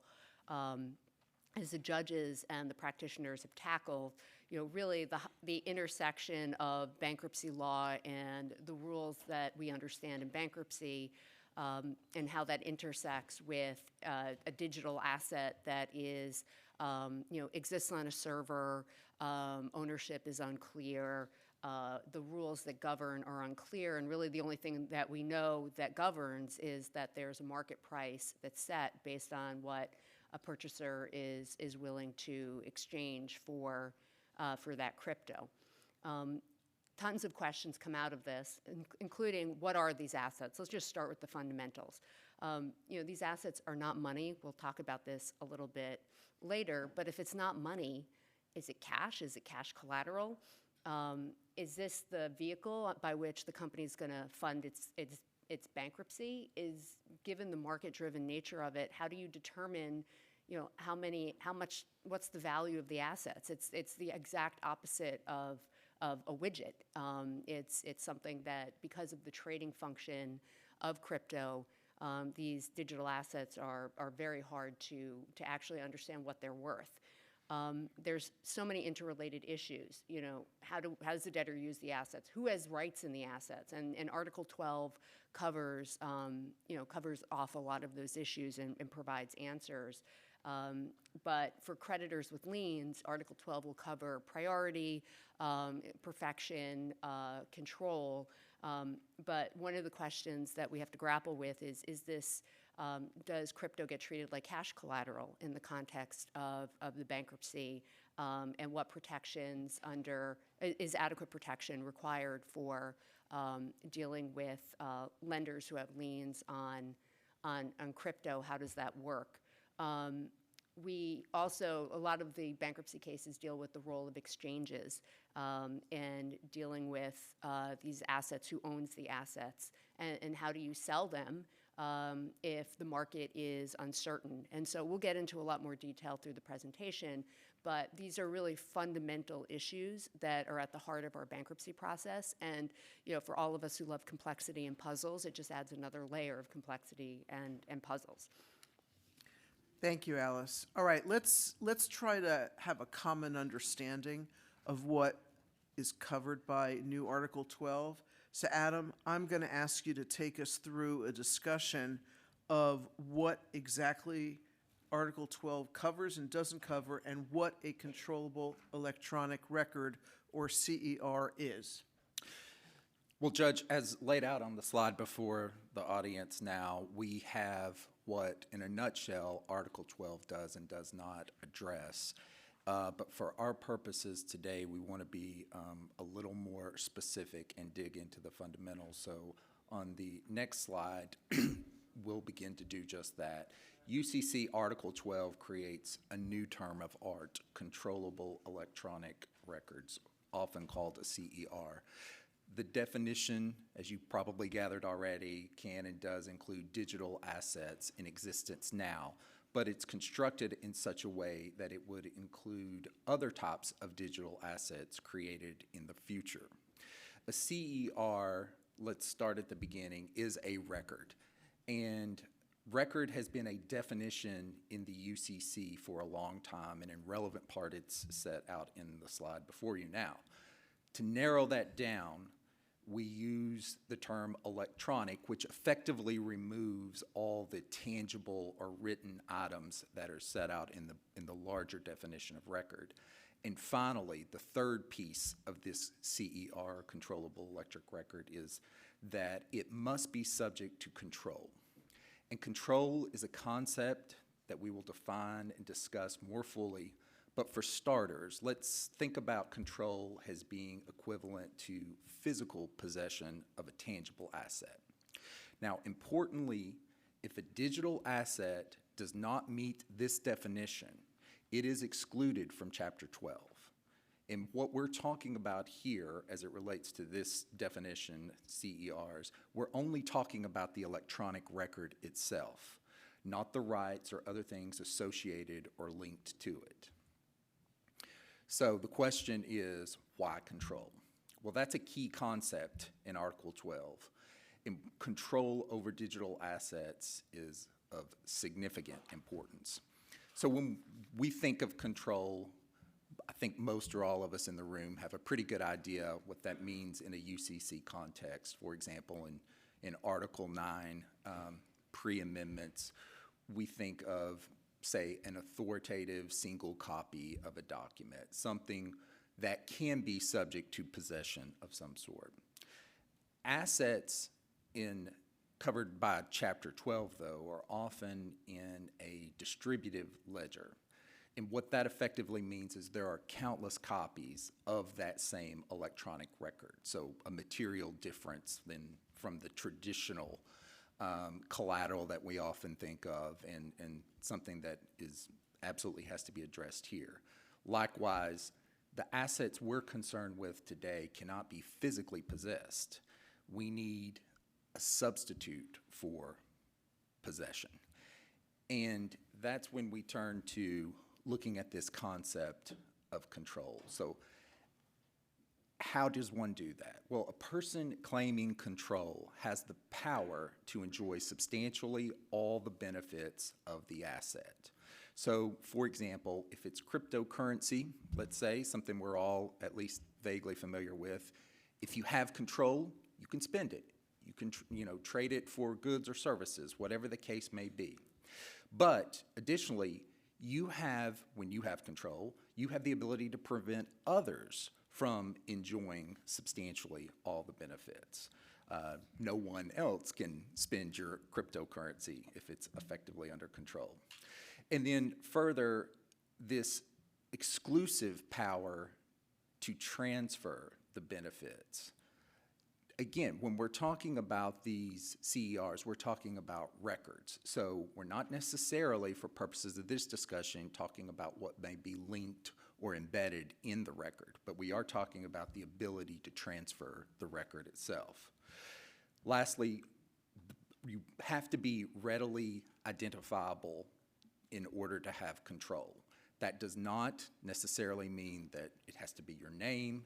It could be an identifying number. It could be a cryptographic key, an account number. There's various ways that could be accomplished, but it has to be identifiable to you in order to meet that control test. So one key aspect that's sometimes overlooked when we're thinking about control is, well, what does that mean from a legal standpoint? And one important thing it does, as set out in Article 12, is if you have control and if you claim control, then the drafters were concerned that you would have to prove that no one else in the entire world could exercise control, and that could be a little bit wieldy and difficult to do. So claiming control, meeting these thresholds, creates a presumption of exclusivity. So, for example, a hacker or other bad actor could not present, would have to come in and present some affirmative evidence to rebut that presumption. And moving on, let's talk about control as it relates to parties, because this is something that the drafters, and I know Chuck could speak substantially about this. This was something that was driven by the market, okay? Can more than one party have control for purposes of Article 12? The answer is yes. And that's a bit of a distinction in some ways between physical possession, which normally, only a single person can have or physically possess that item.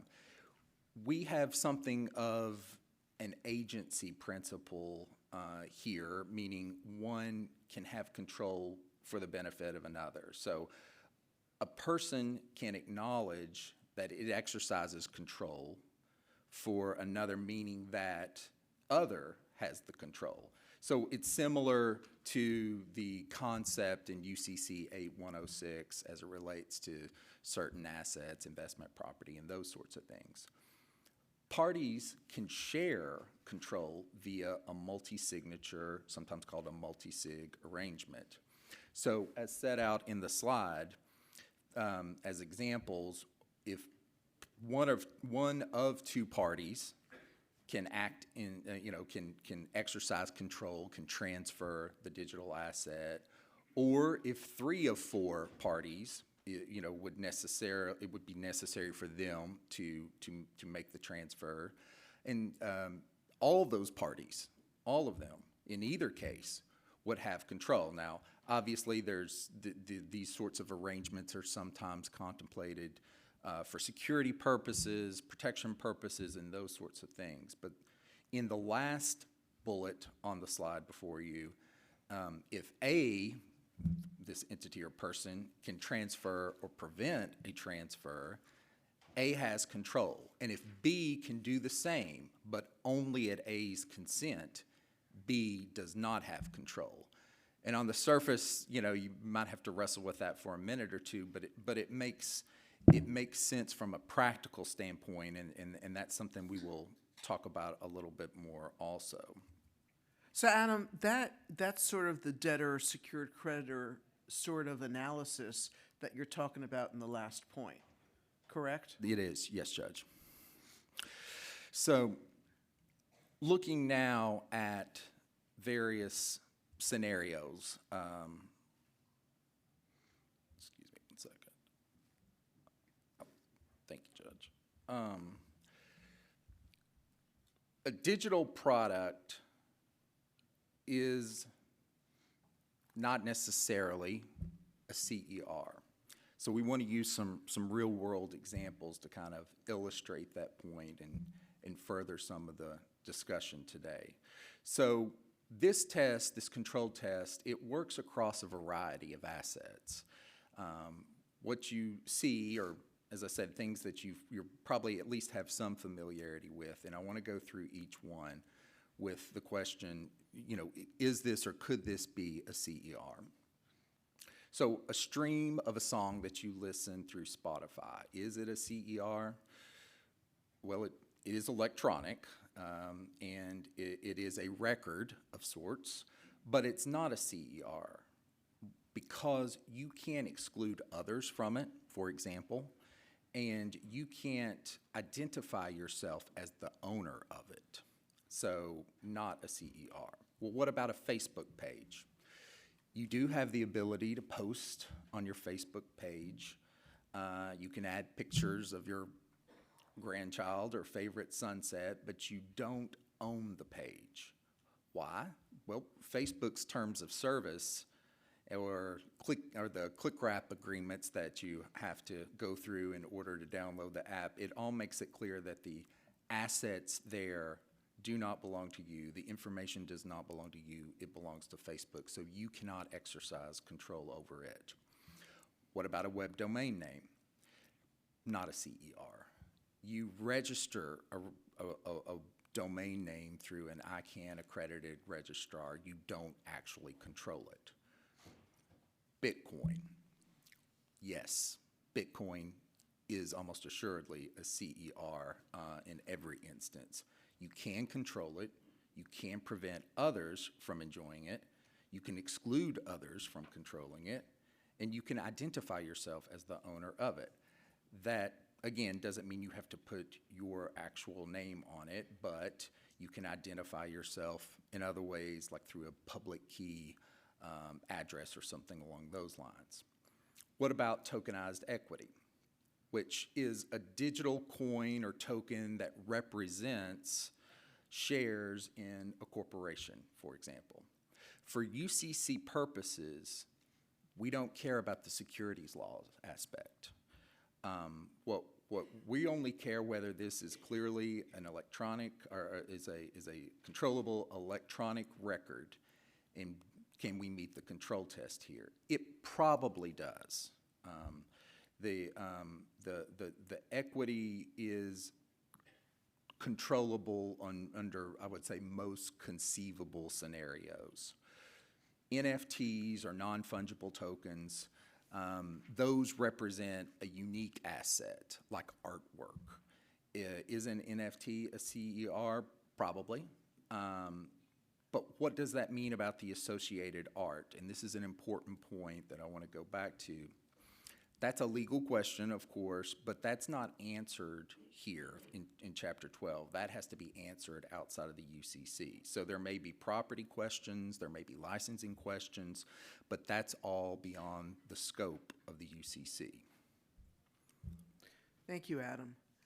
All right, Chuck, this is still sort of confusing. I can see the look on a lot of people's faces in the audience. You know, what are we talking about here? Maybe you can help clarify this and talk a little bit about rights of a purchaser and the take-free rule? Well, imagine a controllable electronic record such as Bitcoin, and someone gets a transfer so-called on-chain, and now they're holding that in their own public key, and it's only accessible by their private key under conventional cryptography technology. As I mentioned earlier, a key provision of Article 12 is the take-free rule. It has the conventional shelter principle that a purchaser of a CER acquires the rights that the transferor had or had the power to transfer, but a qualifying purchaser takes free of conflicting property interests. So how do you become a qualifying purchaser? Well, the purchaser has to take for value in good faith without notice of a property claim, and the filing of a financing statement by someone is not notice, just as it would not be notice of a claim, an adverse claim for a security or a negotiable instrument. A purchaser may be a qualifying purchaser taking through a custodian, depending on the arrangement, but often taking through a custodian gets the benefit of qualifying purchaser because the intermediary, the custodian, takes free, and the account holder would be a shelter beneficiary of that. And finally, of course, a secured party is a type of purchaser under the UCC, so it could be a qualifying purchaser as well, in addition to any priority that it might have under Article 9. So let me give you a quick example. A hacker steals a Bitcoin from the wallet of an owner and transfers to the hacker's own wallet. So the hacker has control. But remember, control is not property. It's analogous to possession, which can be an important element in acquiring property, but not alone a property interest.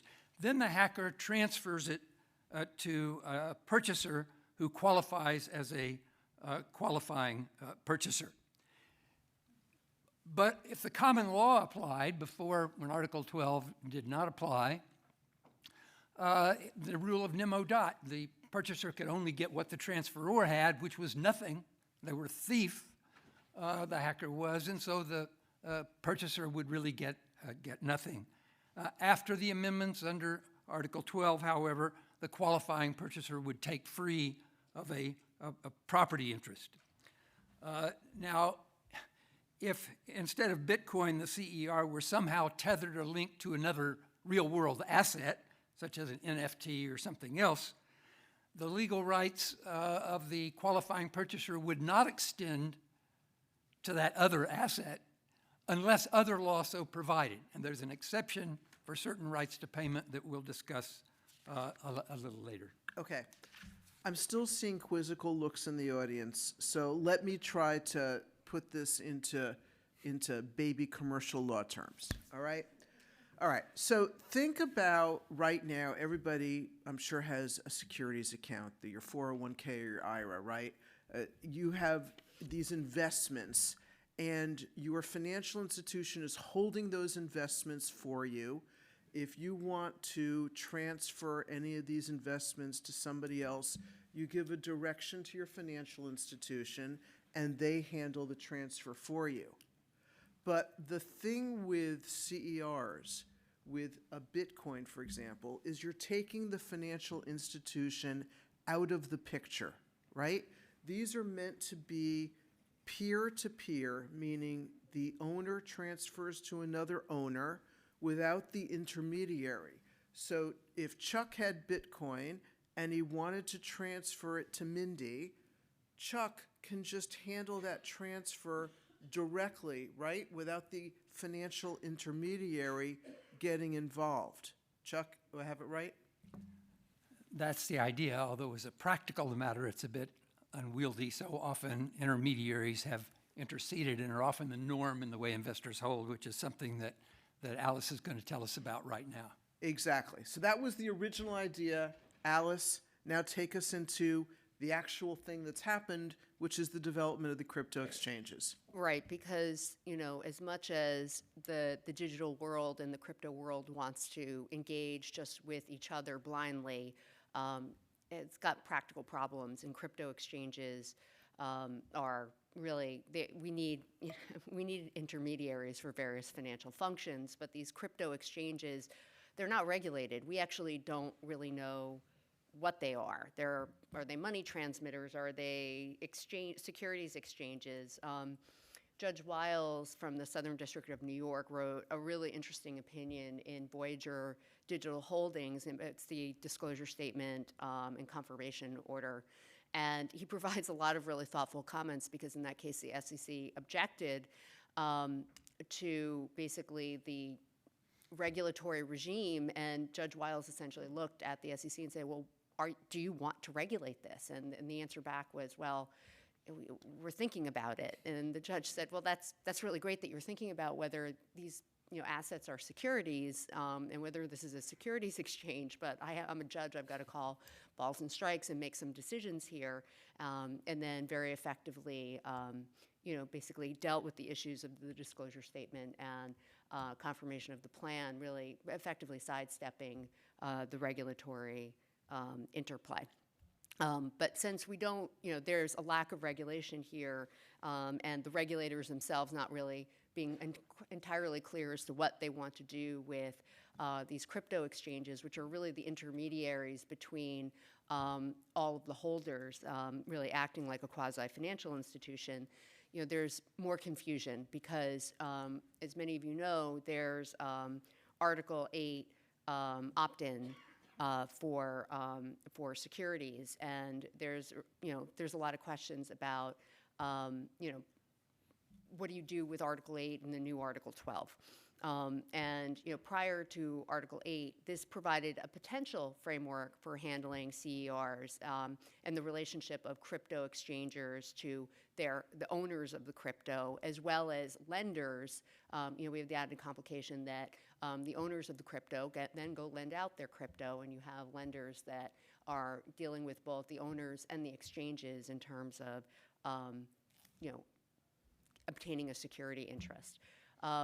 And so, Article 8 providing the scheme for those who hold and transfer investment securities, these indirectly held securities, what Article 8 provides is, in the crypto world in particular, and for exchanges, it allows the customer, the crypto holder, and the intermediary, the exchange, to potentially opt in, or we call it the financial asset opt-in, which allows the assets to be held by the intermediary to be subject to perfection, and it's also being clear that the assets held by the exchange are generally not property of the intermediary. This works really well for your 401k, it works really well for your IRA, it works really well for securities accounts generally, because you have parties with written agreements, customer agreements, and documents that are going back and forth, deciding whether or not, how the intermediary is going to treat the asset. The difference here, Article 8 isn't really designed to deal with a controllable electronic record because crypto exchanges, as Chuck said, operate off of blockchain. they're digital in nature. There aren't necessarily a lot of contractual indicators within the crypto itself that would allow a party, basically an asset owner, to indicate that it's willing to opt into Article 8. And frankly, the way the exchanges work, there can be agreements, but there are a lot of exchanges where also there's no there's no like little extra blockchain add or tick that allows folks to opt in. So Article 8 feels like it could be a really useful home for controllable electronic records, but it really doesn't work so well, which is why we end up with, in the case, as we're seeing from all the crypto exchanges that have filed for bankruptcy, we're seeing judges really struggle with, okay, who owns the asset, who holds it, what are the rights of any lender against that asset? So that's really where we need Article 12 to come in. So why don't we talk a little bit about these digital assets, or really crypto is what the case law talks about, and whether they're property of the estate. And we don't need to go a lot. You all know very well what Section 541 has to say about what's property of the estate. But there are some cases, in particular, FTX and Celsius, the crypto exchange cases that you've probably read quite a lot about. There are cases about whether or not the digital assets that are purchased by a holder of crypto or deposited by customers into the exchange constitutes property of the estate. And when we say property of the estate, we mean property of the crypto exchange that has filed bankruptcy. Correct. So we have, take a step back, here's the setup. You have a crypto exchange, you have FTX with all of its issues. It files for bankruptcy. So what do we have to resolve there? Well, FTX, does FTX own the digital asset? Does the customer of FTX, the account holder, does it own the digital asset? And remember that FTX had used its digital assets, its balance sheet, to incur debt and more financing. So what rights do the lenders have to FTX's assets? So this is very much like what we've seen time and time again in Ponzi schemes and other financial institution bankruptcies, where you have a customer who's claiming rights to the assets, which would, in many cases, think back to Madoff, think back to Lehman, which was just the collapse. Who owns the stuff in the account? And if the institution in bankruptcy, the debtor, actually use the stuff in the account to obtain loans, what rights does the lender have with respect to the stuff in the account? So we don't have to use, these are analogous concepts that judges are very well familiar with. What's different about crypto is, from the perspective of both the account holder and also the lender, from the account holder, SIPC and FDIC don't apply. So the question becomes, for these digital assets, what are really, there's no guarantee for the participant or the holder of the digital asset. So, you have customer risk and rights of customers there. Separately, if you're the secured creditor that lent against these assets, obviously Article 8 is not so useful. We needed Article 12 to really tell us what our rights are. So the issues of the customer relationship, and then ancillary to that, the lender relationship, something that's is something that the courts really have to grapple with. So what I'd like to do is talk a little bit on the next slide about some examples of when a customer's digital assets are held in this bankrupt cryptocurrency platform. What does a judge do? What do the customers do? What do the lenders do? And interesting for the crypto world, for a world that was designed based off of mathematical formulas in this blockchain and rights being transferred without documents and contracts, what judges find themselves deciding here is what are the terms of the customer agreements. So when you look at, when you think again about your 401k, your IRA, you have a customer agreement with a financial institution. It turns out that crypto exchanges, in order for them to really work, they also have customer agreements too. So we've entered this very strange world where even though crypto was designed to be completely digital without written agreements, we find ourselves that as crypto got traded and as exchanges like FTX engaged in financing practices and tried to amass more and more customers, they ended up with these customer agreements. And so what the judges are deciding in these crypto exchanges is actually very old-fashioned for some new technology here. They're looking at the words of the customer agreement and trying to determine whether or not the customer holds the interest or whether the exchange essentially has or has not taken over a custodial arrangement with respect to these digital assets. This issue gets teed up on the first day of a case, so when you have a crypto exchange filing, who owns it, what is it, who owns it, that's really a threshold issue for the judges to decide.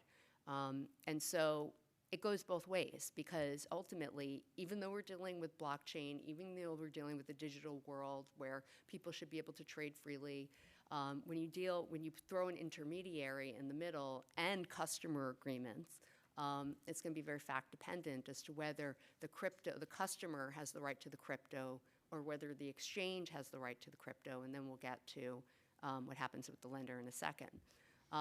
But we have cases going both ways. In the case of Voyager, the case I was just talking about, which was in the Southern District of New York, the customers held their digital assets in what's called for benefit of accounts. And these accounts are held basically by Voyager, without Voyager, the intermediary, have any legal title or interest. So in that case, the customers are able to withdraw their assets from the account. And so if you think about it from a crypto user, from an investor perspective, that account structure is incredibly protective because they were able to take their assets away from the debtor. Then you go to Celsius and FTX on the other end of the spectrum. In Celsius in particular, the bankruptcy court held that the customer digital assets were in something called earn accounts, which were not for the benefit of the customer. They were actually just kind of accounts that were clearly for the benefit of Celsius. And the terms of those particular accounts granted Celsius all the rights and title to whatever cryptocurrency was deposited in their accounts. And so it's very interesting that in two exchange bankruptcies, side by side, running almost simultaneously in the same jurisdiction, at the end of the day, the judges were looking at the state law rights of the parties pursuant to this written contract of customer agreement that crypto never was designed to impact. So at least from my own perspective, I look at this and I take a lot of comfort because at least these are legal principles, unlike talking about Article 12, which is candidly quite new and not novel, but new. We're dealing with a very amorphous asset, but we're dealing with some old school concepts, which Alice, let me feel just pretty good. interject that, pick up on your point about Sure. UCC Article 8.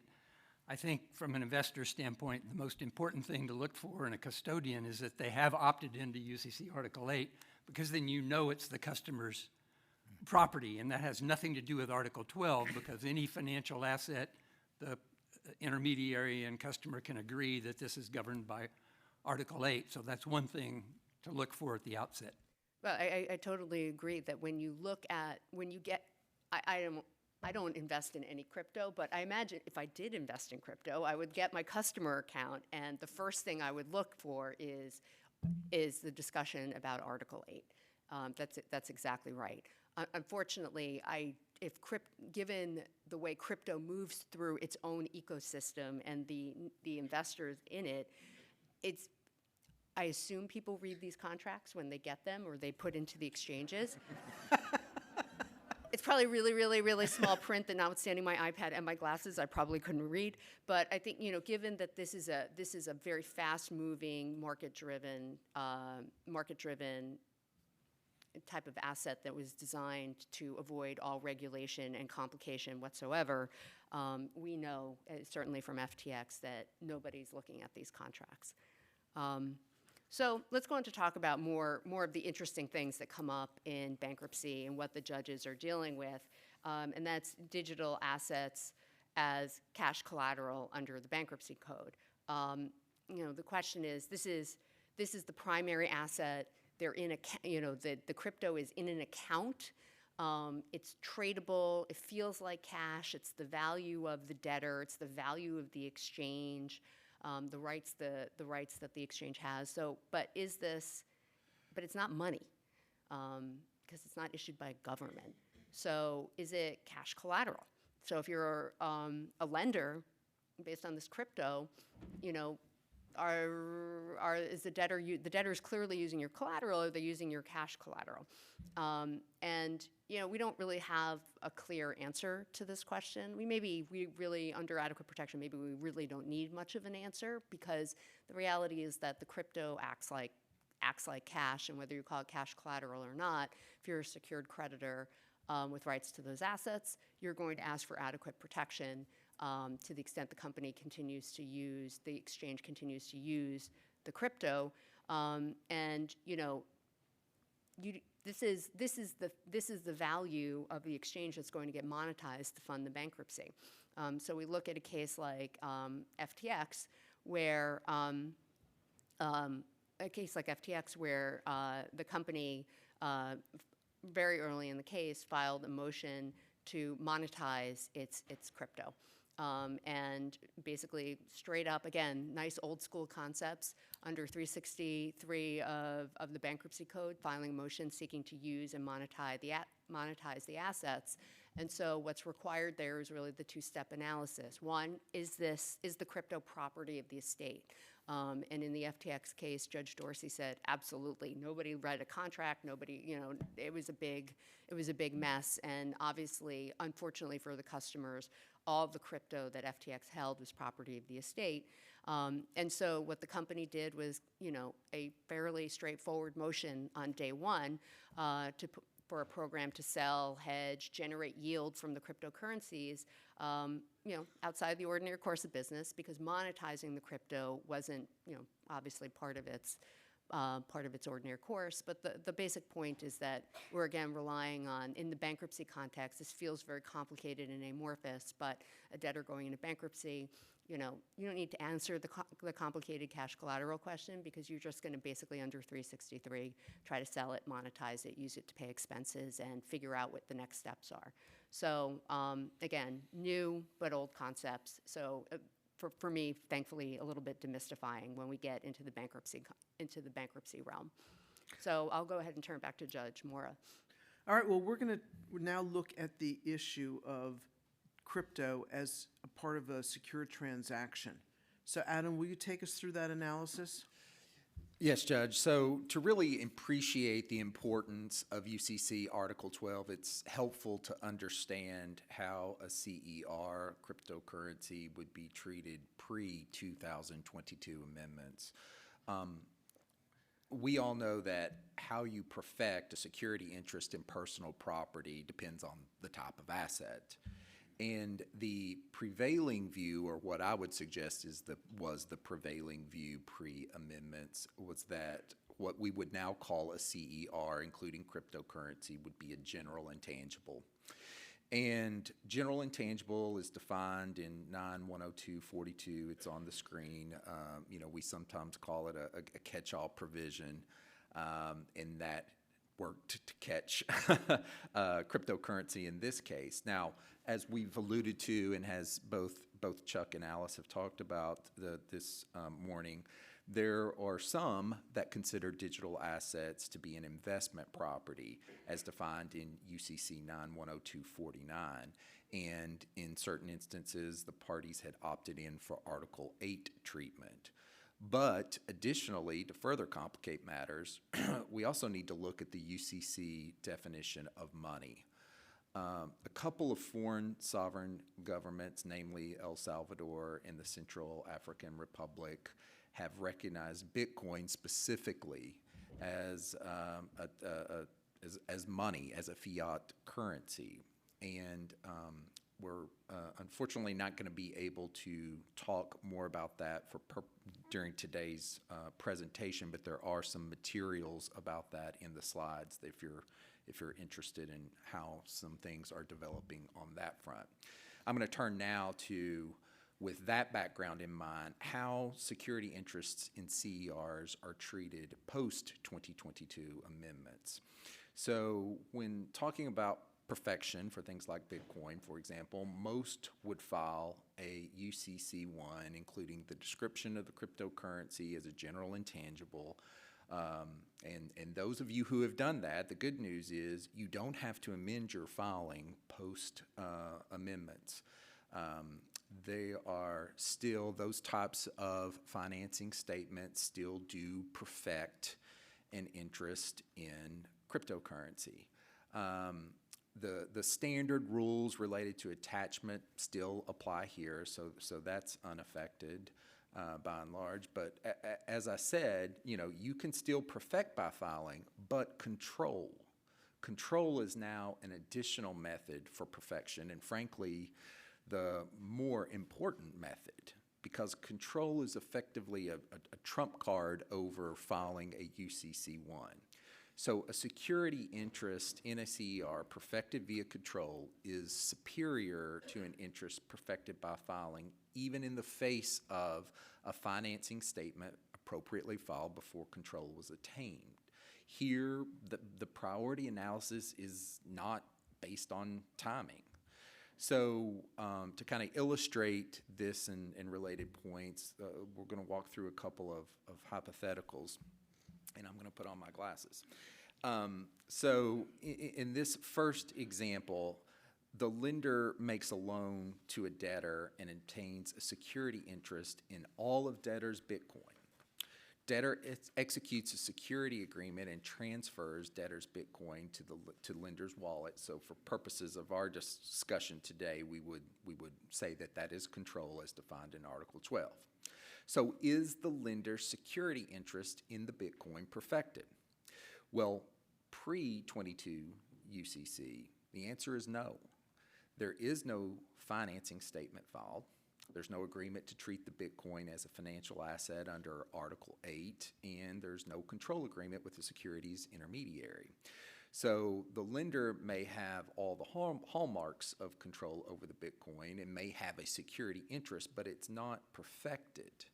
However, after the amendments, the answer would be yes, because under Section 12105A1, the lender, as we stated, has control of the Bitcoin.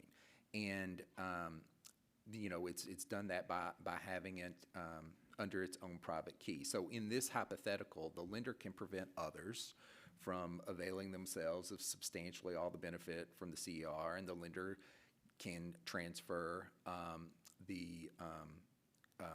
can transfer the CRE and meets the tests for control, and that would allow for perfection. But in the next example, roughly the same fact pattern, the lender makes a loan to a debtor and obtains a security interest again in all of debtor's Bitcoin. The debtor executes a security agreement and transfers to lender a copy of the private key, but retains a copy of the private key. And let's just, for the sake of this discussion, say that's the means by which you can control or transfer this particular type of Bitcoin. So under the pre-22 analysis, it's the same as what we just discussed. There's no financing statement, and therefore there's no perfection.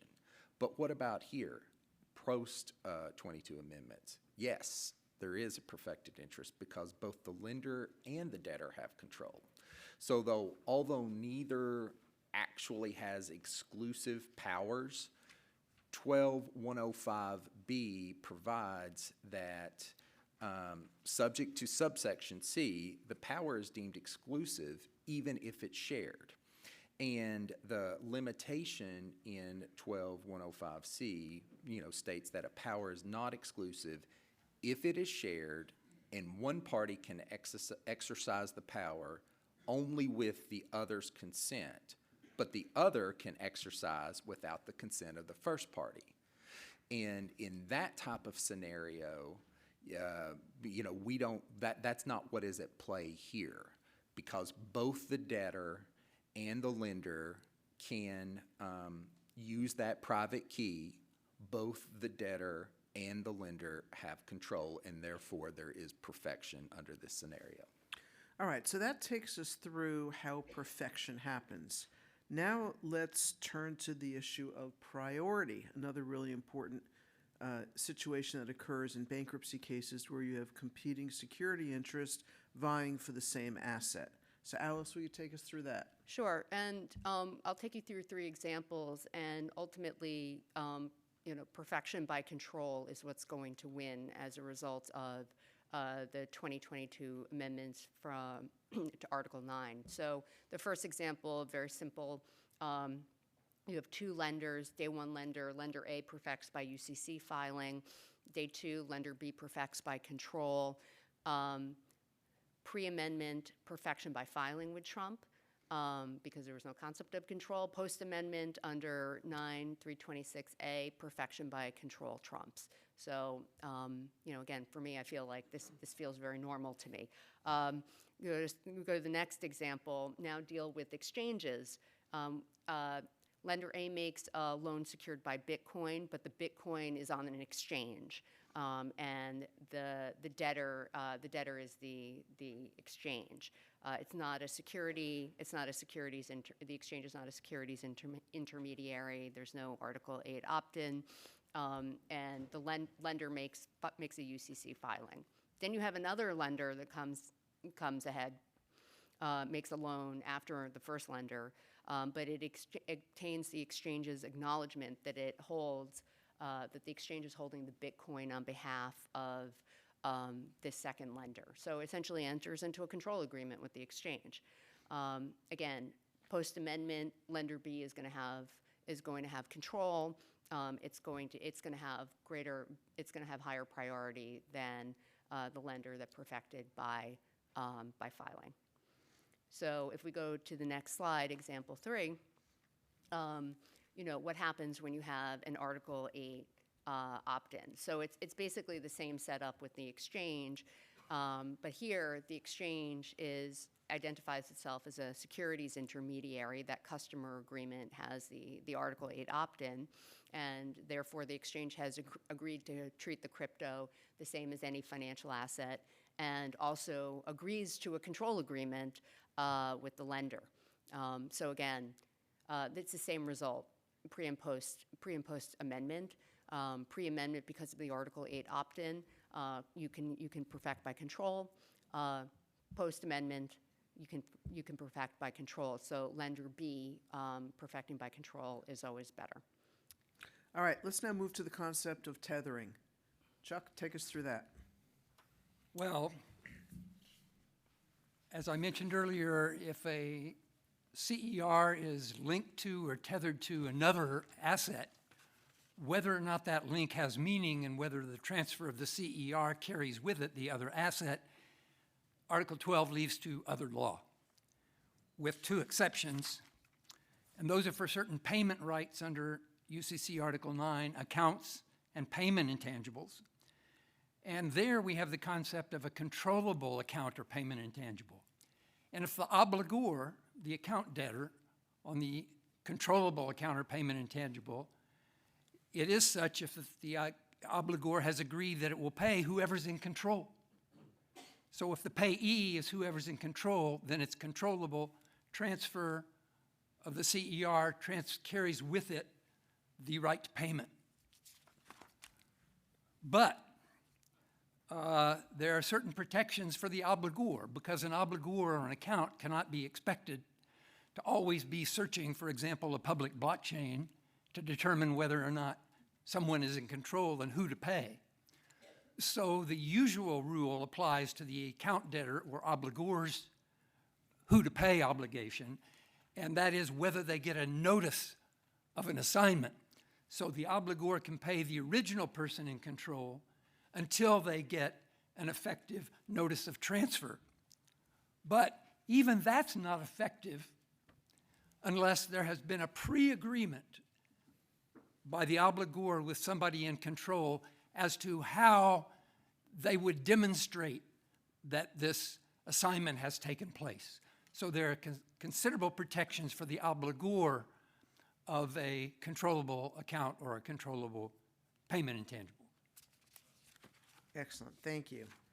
All right, Alice, choice of law. Okay, so Article 12 provides a waterfall of alternatives to determine the CER's jurisdiction for the purposes of